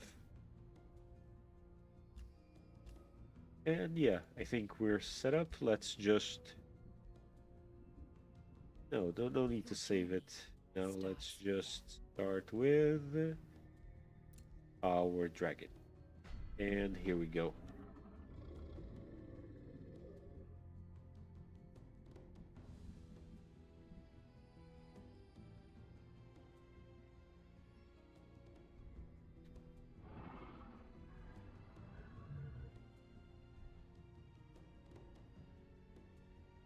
Well, it's taking a little bit of time to load, a little longer, but yeah, there we go.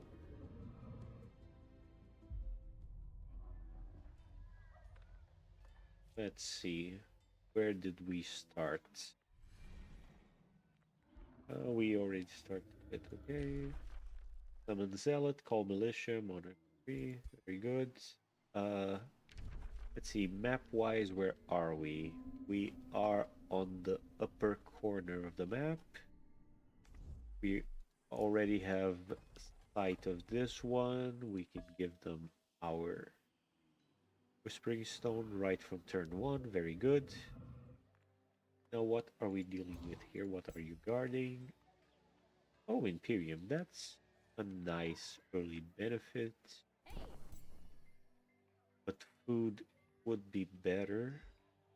I mean, can we hit up both in the same turn? I think we can. What are we working with? A scout unit and yeah, not much else. Just an archer and bender and yeah, the bannerman. So if we do fight this, it will mostly be the dragon pulling its weight, and here it's just support on top of support. Yeah, let's go. Let's try and go for 2 battles this turn.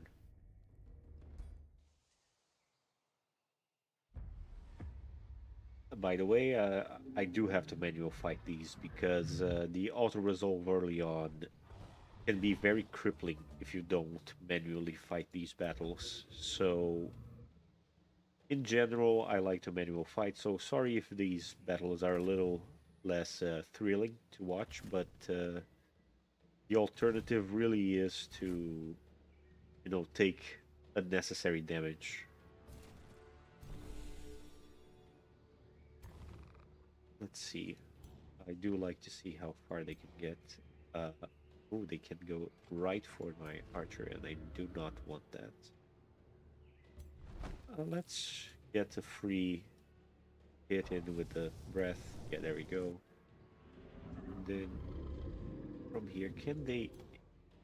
No, they can't reach this tile, so it would be safe to just get a hit on this guy. And let's see how far they can reach. Yeah, no.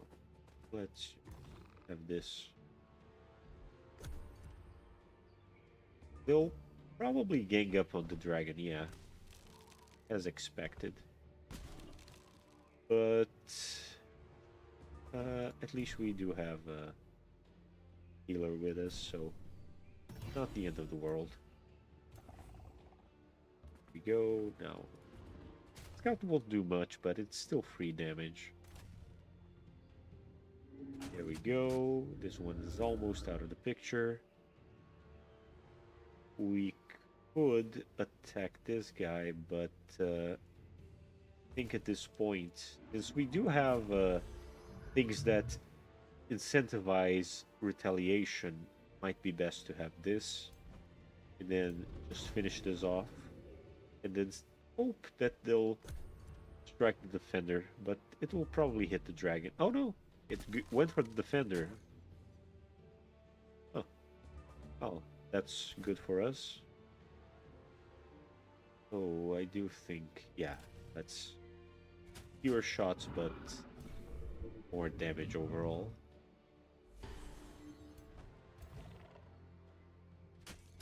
Alright, and yeah, here we go.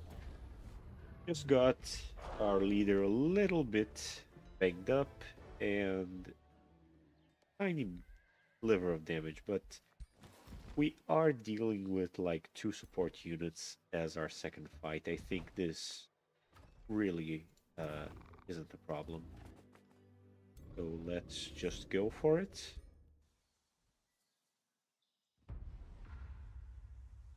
Okay. Huh. Well, they can heal each other, but let's see. Yeah, they buff each other, but I think it's very safe to approach. Just make sure that they waste the extra hit points than the permanent ones. Just keep it, you know, less damaging overall. They don't have anything in an area, so I think we can approach very safely. Yeah. It's a fairly straightforward kind of battle, really. Oh, they're going for the scout, which is even better because I have no intent on it really taking part of any serious battle after the first few turns, so this worked out in our favor, and yeah, this one is locked down. I don't think they can move at all. Well, they can, but not out of melee range of anyone, so... Well, do they have any trait, or is it the foliage they're on? That's pretty harsh. 65%, 25%. Sheesh. So I guess I'll settle for one shot because this is kind of rough.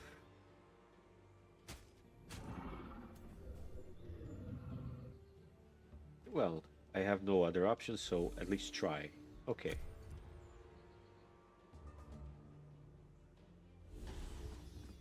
That's fine.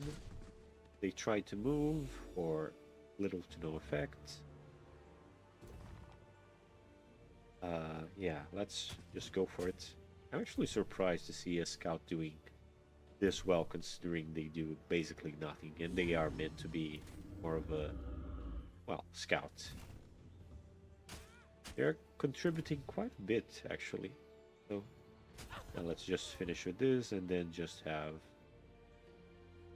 Let's see, with the breath has more base damage, but this would strike them twice. Well, I can choose, really. Yeah, let's go for this. And, yeah. Battle 1 with very little damage, actually. Sure, the scout took a little bit more of beating, and so did the defender, but everyone's pretty set to just heal. Oh, still not enough to get instantly another annexation range, but still good, still good. Here we have a stash of gold, and here we have an infestation. I think I'll have the scout go down south, and yeah, work from there. Firing Chan, Damnation. Oh, this one for sure. Oh, thank you. Thank you. Yeah, I tried my best to, because really the way to win in the early battles is to just minimize the damage you take. And since we level... Excuse me. Since we leveled up, it will be quite a while before our breath is really strong, so for now I think these abilities are more valuable. The Astral Ward is actually better than healing right now because it's an extra health bar on demand, so I think it's the best early ability as a ritualist. Yeah, negotiations succeeded, and let's see, as far as what to prioritize. Usually, early on, production is king to accelerate your city, so let's go for that.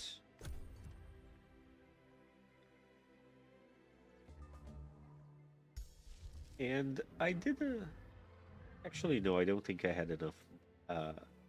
No, I did have enough for that. I could have summoned more militia right on turn 2, but since I didn't start it before ending turn, yeah, that was my bad. There we go. Enough gold to compensate cost and a little bit of extra gold there. Now let's see. As far as provinces go, extra production in gold would be nice, but we do have quite a lot of gold already. Extra growth would be very good. A little bit of production, or just straight up going for... Well, we will get the fire tome, so foresters could be good here depending on what these styles can offer. Oh no, it's not. Either quarry or farm, so if I do get a forester and a... Yeah, 2 foresters here and a pyre shrine here wouldn't be bad. Actually, not pyre shrine, but it's something similar name-wise. We could go for this battle, which is an Astral Wisp, a Lesser Storm Spirit, and the bird. Or we could wait and heal up a bit. I mean, if we do go for it, we won't be able to just go willy-nilly for it here. One thing we can do is do this, and actually here would be a better forester, really, because here we can have more synergy. Yeah, and one trick we can pull is do this and then have our dragon move in and attack, then fly back. This would allow our units to heal up post-battle, and it won't really change our positioning that much, so yeah, I think that's the optimum way.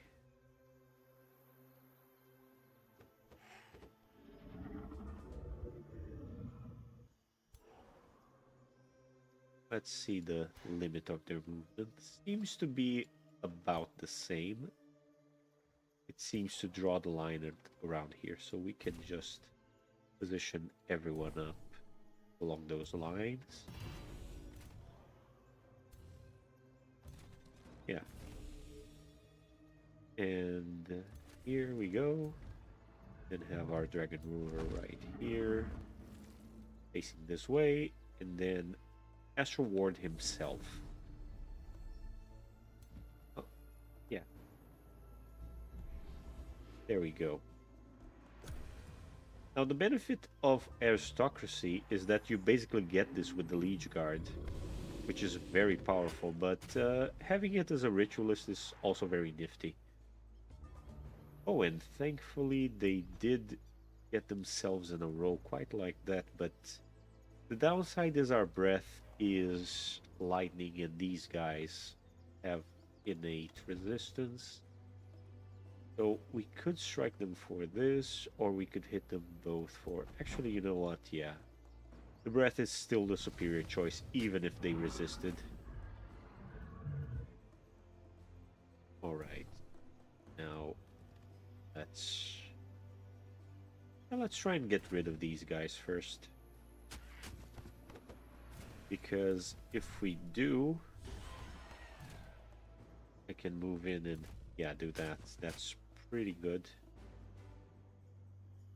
The only downside is we let these guys free to do a full free shot, but thankfully, yeah, the Astral Ward took most of that, so still good. Oof. Okay, the dragon still took quite a hit, but again, I think the Astral Ward was the right call. He would be in a very bad position otherwise. So yeah, I do think it is the best early ability. Ooh, okay, a lot of bad luck there, but yeah, now the dragon is free to just go ahead and do this. Let's see, it's gonna move. Oh, no, it's not even gonna move. So yeah, there we go. Another battle well fought, preserving our HP as much as we can. Now let's just hope that we have enough to, yeah, fly back and everyone heals, so very good. Ring of the Killer, sure, why not? And yeah. Now, we'll lose a little bit of momentum because I didn't take Call Militia as early as I could. So if we move them, you know, we lost a turn's worth of movement with these guys. Not that we could move that far with them anyway, but yeah. Now we have a fuller army to go and deal with this brigand camp. Little bit of gold, and let's see what else is. Well, here I'm already seeing a landmark, so we'll want to make our second city somewhere around here. I mean, I think the capital can extend this far, but I don't know. Depends on what's out here as well.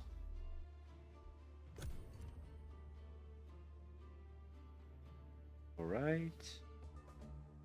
The early game, I think, is both very relaxed and actually very daunting because a lot of what you do in the subsequent turns is based on what you find these early turns. So yeah, it's a little stressful to have to pick a direction and stick to it. But at the same time, there's not a lot going on, so the turns go by quite fast compared to late game where a turn might, you know, involve 3-4 different battles depending on how complex your situation is. There we go, we got Legion of Zeal. Now, out of all this, yeah, Call to Glory. I mean, we could use the enchantment early on, but we're not producing a lot of mana, and it would cost most of our reserves, so I'll leave that for later. let's see. Yeah, this is a fairly easy combat, I think. The play here is to have our front line basically tar pit these guys, and then use our dragon to flank around and get their archers. Yeah, because we have a lot of front line now that we have the militia.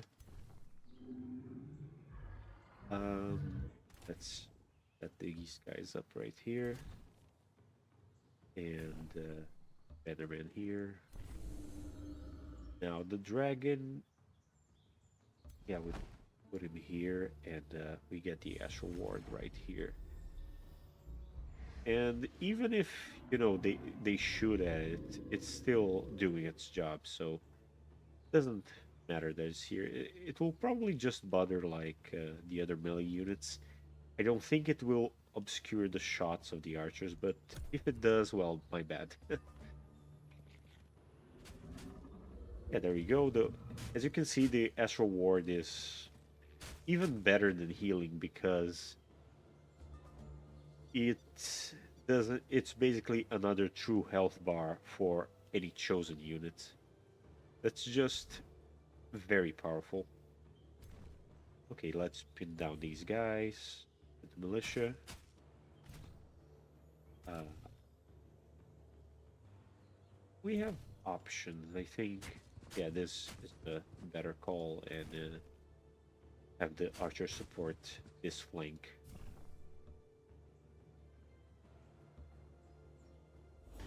Yeah, that works fine. Yeah.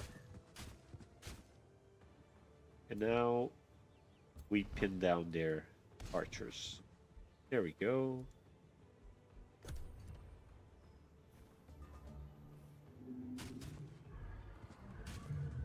But yeah, as you can see, I think Feudal has a lot of early game benefit with the militia because, I mean, we're what? 4 turns in and I already have a full army. Even if it's not a super strong army, they still have a lot of, you know, uh, benefit because if nothing else, this is a movable extra health bar that on top of that, thanks to the race traits we gave them, they have extra damage on retaliation, they're hardier as a wall, and they give damage to our enemy. So overall, I mean, consider the fact this is a 60 cost spell that gives you 2 units that even if they're not the most strong, they give a lot of value early on because if you're trying to summon something to be a frontline in any other culture or faction, you're gonna have to burn more gold than that to get 2 units and as fast as you got these.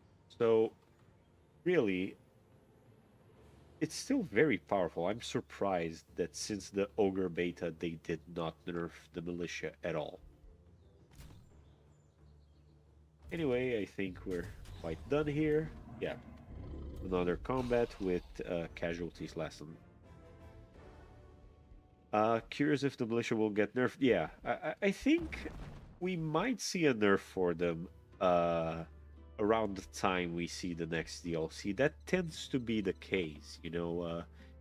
I don't really blame Paradox because usually new thing kind of being power crept pushes you to play new thing. But at the same time, this wasn't a free update. It's not like you had to buy the DLC for it. I don't know. Maybe they really feel it's in the right spot because we did see nerfs to the Giant King and the Forge ability, which was the DLC part. So I guess they're not thinking of it in those terms so much. But yeah, I mean, the militia is just playing strong. It's kind of silly. I mean, well, it is on the monarch's retinue right now. So let me just do a quick check. Let me move one of them. Oh, I can't move them out, but I can move the dragon out for just a second, just so I can see this. No, they still cost 1 gold for all this value, this supposed tier 1 trash unit that has all these benefits. 1 gold. Come on, man. That's just silly, really. And I see no reason not to summon more. But yeah, early on, Feudal has quite a few benefits to it. I think at this point, with what we're up against, yeah, healing could be good and reviving is nice. It will take.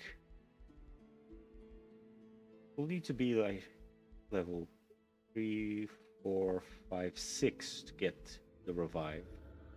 If I go for the tail swipe right now, which does give the benefit of removing defense mode and potentially stunning, but that will take 2 levels and then it would be quite a while before we can revive. I think I'll go down the support route first, then get this. Yeah. Because I think the support stuff early on is really good.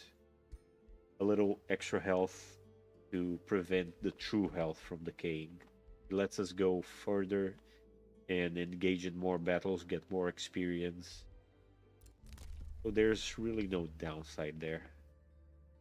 Destroying an infestation, yeah, this one definitely plays out to how we're playing things. And we're not really using our Imperium so much right now. I want to explore further down south, but at the same time, I don't want to delay so long to explore this. So I don't usually do this, but I could make another scout. Just for peace of mind. Now, let's see. What would be nice to have? I suppose now is a good time as any to start getting the full benefit of the gold provinces you get at the start. Yeah. A little extra gold and we're set. Well, we have these two boosted, I think. Library first, yeah. Little boost in the knowledge. Again, we start the turn getting militia. And I don't see any fight around us anytime soon. Oh, here it is. Just as I said it. So we'll start going down south. We could fight these guys here. Yeah, let's go with that. Oh, although they do have freezing, that's gonna be annoying to deal with early on.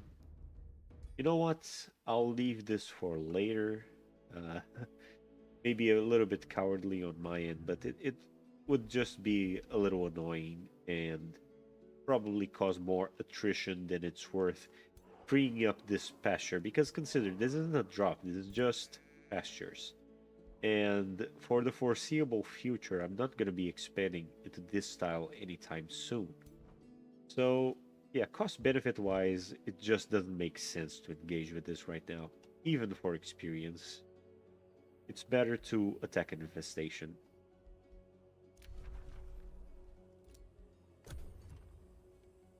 Now, English games. Okay. Lose Imperium and gain allegiance. Lose allegiance and get a scald.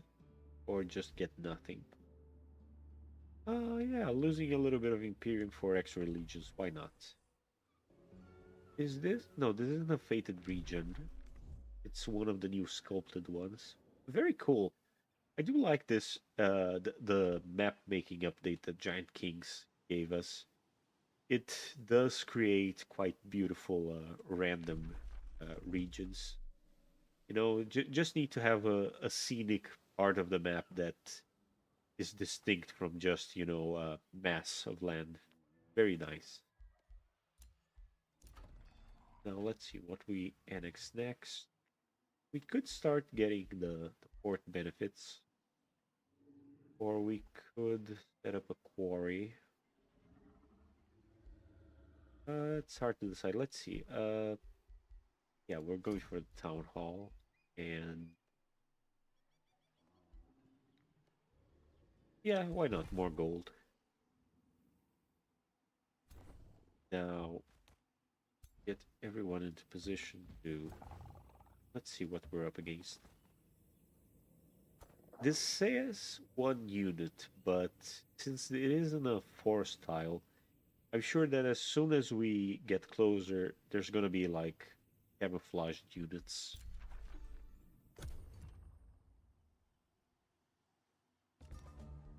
Uh, okay, call to glory. Let's strengthened if they have zeal. Condemned. Yeah, condemnation, why not? Ah, so it was magic origins. Yeah, that's fine. We'll deal with more unicorns and the like. Okay, ooh, I should have tried to land somewhere not infestation-wise. I lost some free healing over the end turn with that, but not the end of the world. Can I engage? I could engage this turn, but I wouldn't get the benefit of the movement. Let me just, yeah, as I thought, it's 4 units. Can I take it on? Yeah, I definitely can. Would just be a nice extra. And besides, it's not like I want to give these guys a lot of experience or anything. I think this is a very safe, because the most they'll give is poisoned, not freeze. So early on, you know, not so bad. Yeah, let's just go for it with this. We still outnumber them, and we still have quite a few tricks up our sleeve. The downside is I want to funnel them because what we don't want is them just spreading out willy-nilly. So the best thing would be to give them something to hit. So I think we set up the defender as a juicy bait. Try and have the militia nearby as well, just to lure them in. They usually prioritize stuff like your leaders, so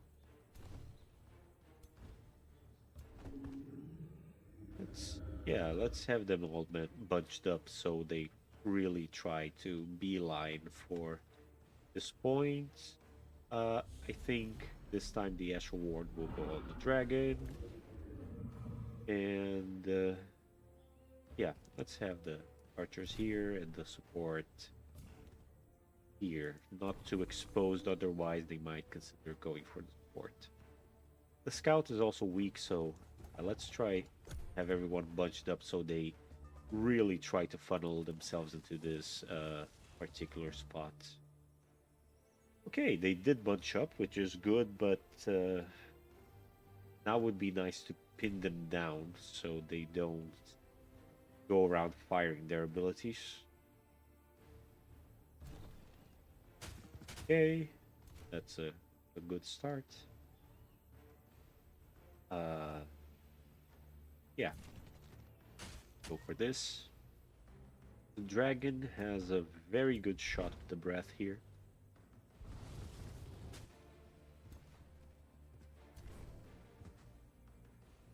Unfortunately, we can't really go anywhere with this.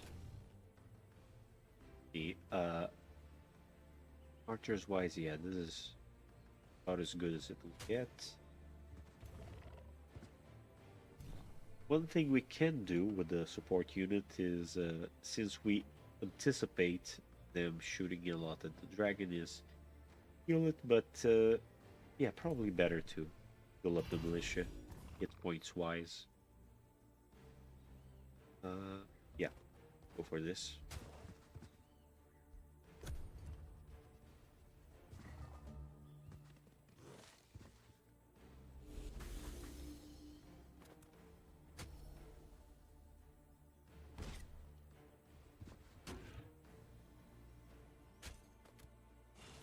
Yeah, we're looking good.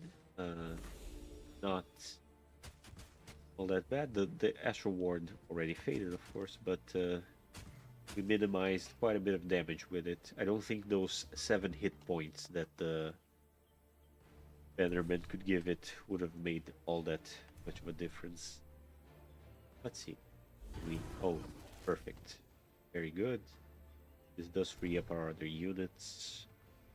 Our archers, however.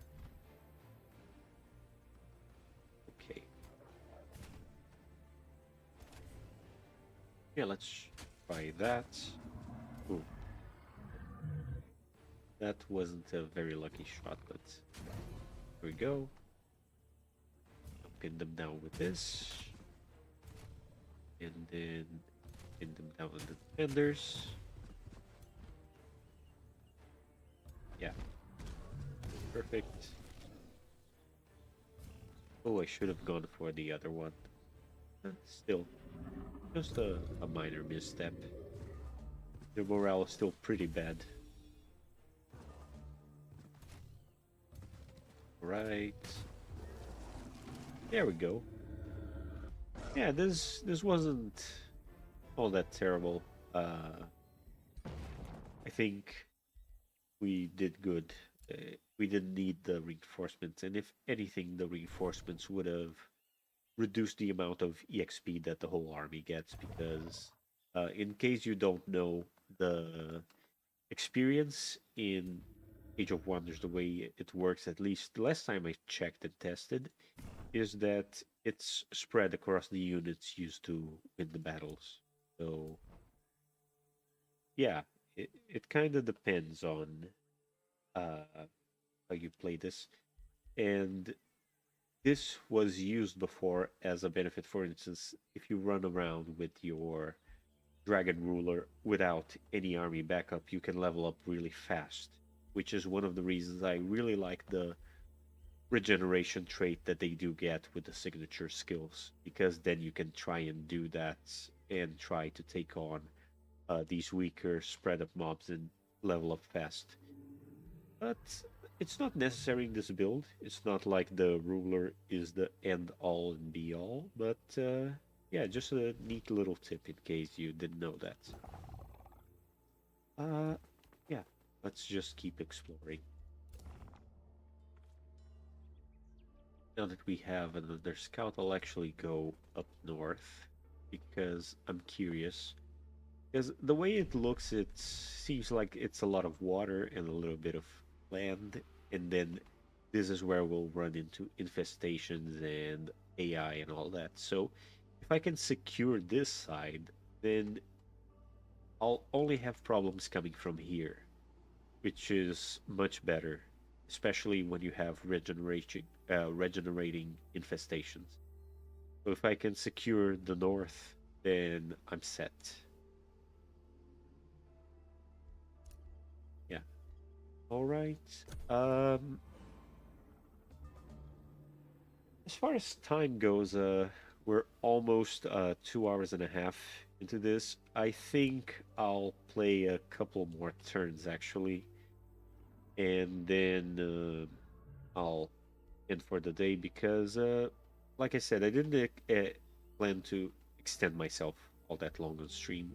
I just wanted mainly to theorycraft and just shoot ideas and yeah, discuss, and then also to get a feel for live streaming for the first time, not to do a full playthrough. So I think I achieved that, so I'm just gonna play around a couple more turns, and then I think we'll wrap. But yeah, I'll let you all know as this progresses if this build is viable based on you know all the theory crafting we did before.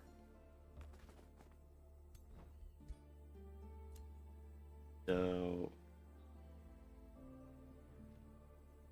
I don't think there's a lot of fights out here. At least I hope they aren't. Uh, it probably would be a good time to establish a city, honestly. It's far away enough, or at least an outpost, so let's go with that.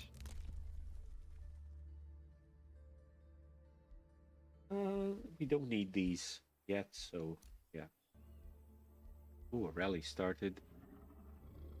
Well, speaker is kind of neat, the early game, even if we don't get a lot of benefits from them with what we'll build, but it does give us a free summon. Yeah, I think I'll. Yeah, let's go for it.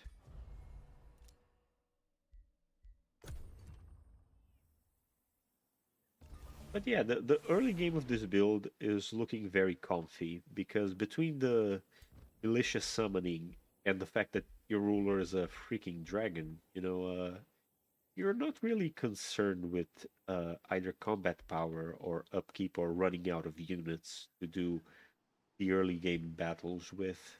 So I think early game, as a proof of concept of this build, I think it works fine because I've played other builds that feel a lot more janky early on and don't really improve. I think what will solidify whether this build is really good or not will be once we hit the next few tomes and how much they add into our force overall.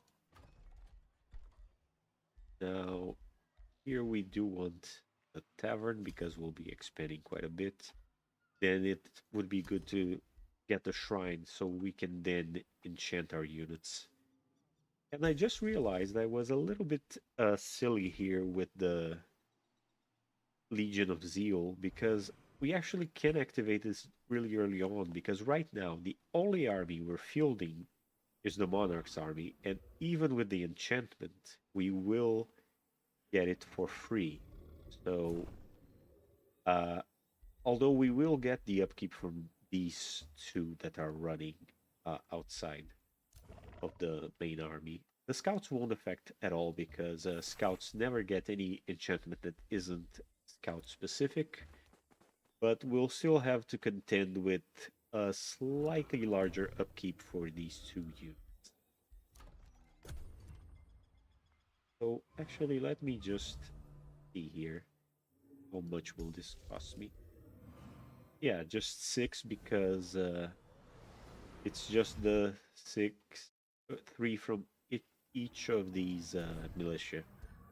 Yep, so even if they were dirt cheap a second before, this is, I suppose this is the balancing factor of the militia, you know? Yeah, they're dirt cheap, but as soon as you have an enchantment up that might affect them, their cost rises considerably, at least compared to their dirt cheap price point. So if you were spamming armies and armies of them in the early game, as soon as you put up an enchantment that costs triple of what they cost, you're going bankrupt mana wise. Funnily enough, it's yeah, see, it's saying unit enchantment upkeep -14. That's weird. Should should only be 6. I'm not sure what exactly is causing that. Oh, I see. It's the wild speaker? No, it doesn't seem to have that benefit. That's Weird. Anyway, I'll just soldier through anyway because I think we're in a good spot. In fact, I think we can even hurry along the tavern for the price point, and here we can just grab the conduit. Yeah, there we go. Now we have some mana income without being as crippling. Now, heroes. Let's see the options we have. A mage, a spellblade. Ritualist would be kind of neat, but I'm open to other options. Almost everyone is starting with a mount, which they'll lose anyway. Mage is kind of nice, but spellblade would be a good solid front line. Oh, I'm not sure myself actually. Uh, yeah, I don't think there's a hard set priority in this build for what your hero should be.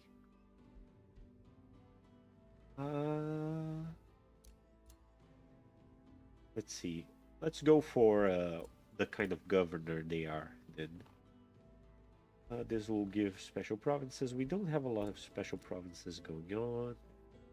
Extra production is nice, and giving extra gold would be very good. But the ambition would require us finding an AI empire, so there's also that. This one just wants win a battle in friendly territory. Yeah, this one would get it very easily, and militarist. Oh, this would benefit our uh, Fire Templars, and it is a specialist governor, which isn't the best one. Shepherd is nice, but it requires animal, plants, or elementals, which we don't focus on. Yeah, I think the right one here is this lizard wizard right here. Yeah, let's go with him, and yeah, there we go. Have him going the way of the leader. Tavern being set up. Oh, empire development. We don't really need a whispering stone right now.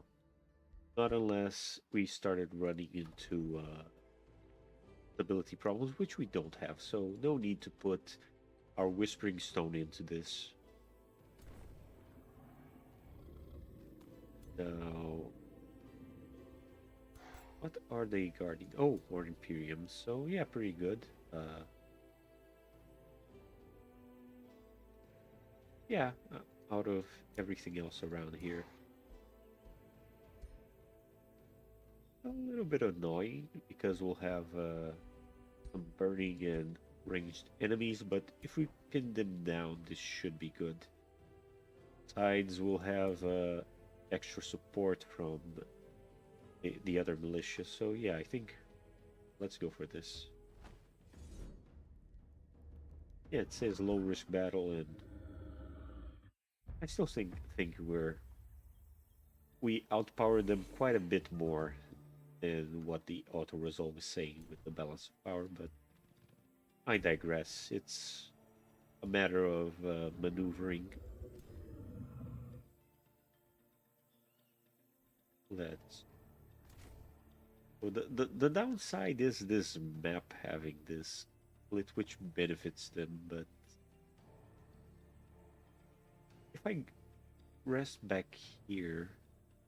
No, because they do have the magma elementals. All this foliage can play against us, so probably best just rush with what we have and just go for it. Again, defend our ruler. And yeah, let's just try to get on right up in their face as soon as possible. Because, yeah, all this range just benefits them, so.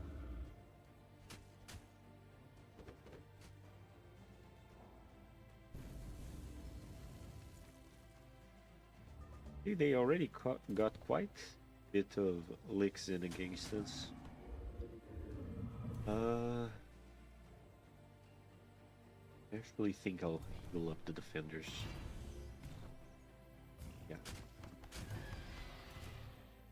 Then, yeah, pin them down. Can we pin them further? Well, we can with this one. Yeah, this foliage really slowed us down on this side. Yeah, just go after them. And you... Oh, you can pin everyone down and still... Beautiful. Very good, very good. Let's...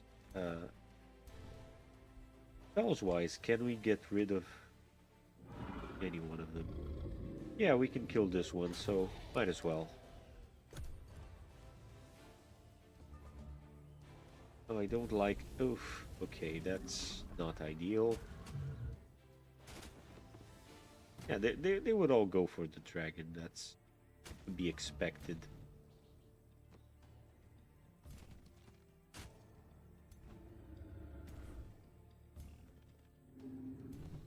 Okay, good.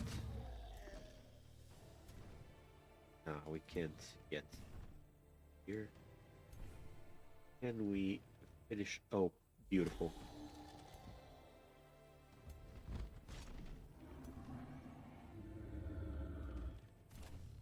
We got to get a shot. No, it doesn't look like it, but I don't think it can move. Yeah, it's pinned down. So, there we go. Yeah, I do think we did outpower them by quite a bit thanks to our movement type. The map was a little unfortunate and it played to their advantage, but even then, I don't think we took quite as much damage as I thought we would. Yeah, we have a lot of Imperium laying around. Better to turn it into a city to produce stuff for us. And before the infestations start to come in, because very soon they'll start popping up. Let's keep exploring the north, and yeah, at this point, yeah, our troops will head south, so the scout can head north as well.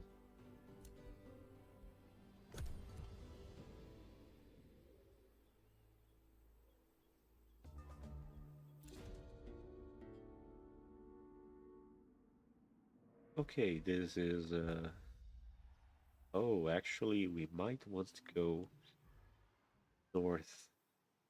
So this will only get worse over time, and we do have 25 turns to do so. So I think I'll go south because infestations have a way of getting worse over time, especially when they regenerate. So yeah, overall, this could be a more annoying threat to this city than this is a priority. Yeah, let's keep heading our hero down. Well, and let's. Oh, okay. I thought this was yet another landmark, which would be quite ridiculous, you know, being spawning in the one corner of the map with all the good stuff. But thankfully, no, it's just a watchtower. Okay.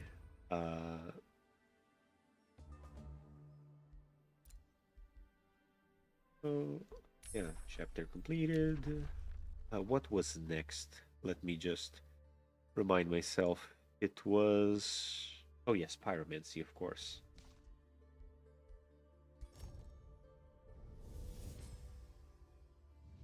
Fire is sacred. And searing blades, even though the pyromancer was the one with the benefit. Yeah, no reason to favor them right now. Those 2 turns of extra research would mean 2 extra turns for the enchantments that really matter. So yeah, I'm leaving that be, even if it is seemingly an advantage.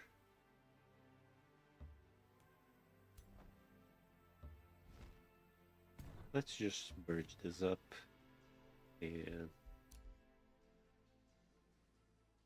let's go for the watchtower. Ooh, okay. Now I have a very big reason to go north because these bird nests are among one of the worst infestations because they spawn phoenixes, which are, far as formation goes, they are experts at disrupting and punishing you for bunching up your army. So they are very, very annoying enemies. And in case you don't know, the best way to deal with the phoenix is after you kill it, have a unit ready to stand on top of its corpse. Otherwise, it respawns and just causes extra havoc.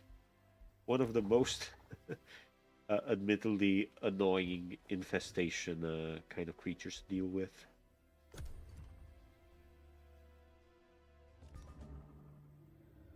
But yeah, everybody, I think honestly, the foreseeable future of this campaign will be like fairly by the book. I'm not seeing anything like super exciting to end this on. So we're almost at 3 hours here. It would be just 15 minutes of me cleaning up and trying to deal with stuff. So I think this is a good endpoint here. I know we couldn't get as far as I thought I would into the early game to explore how the build plays out. We just saw the very, very basics of it, but I didn't expect the theory crafting part to take this long. And besides, this was, as I said, more of a trial live stream to see just how things worked out. And yeah, I think this went well. This I'll even say it went beyond my expectations. I expected a lot more of noise and disruption, but I hope, at least on your end, that everything was fine.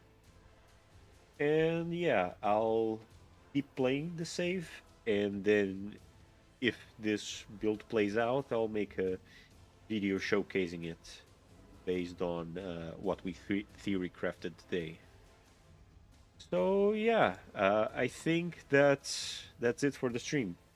Thanks everyone for watching, whether you're watching live or the VOD, and I'll see you in the next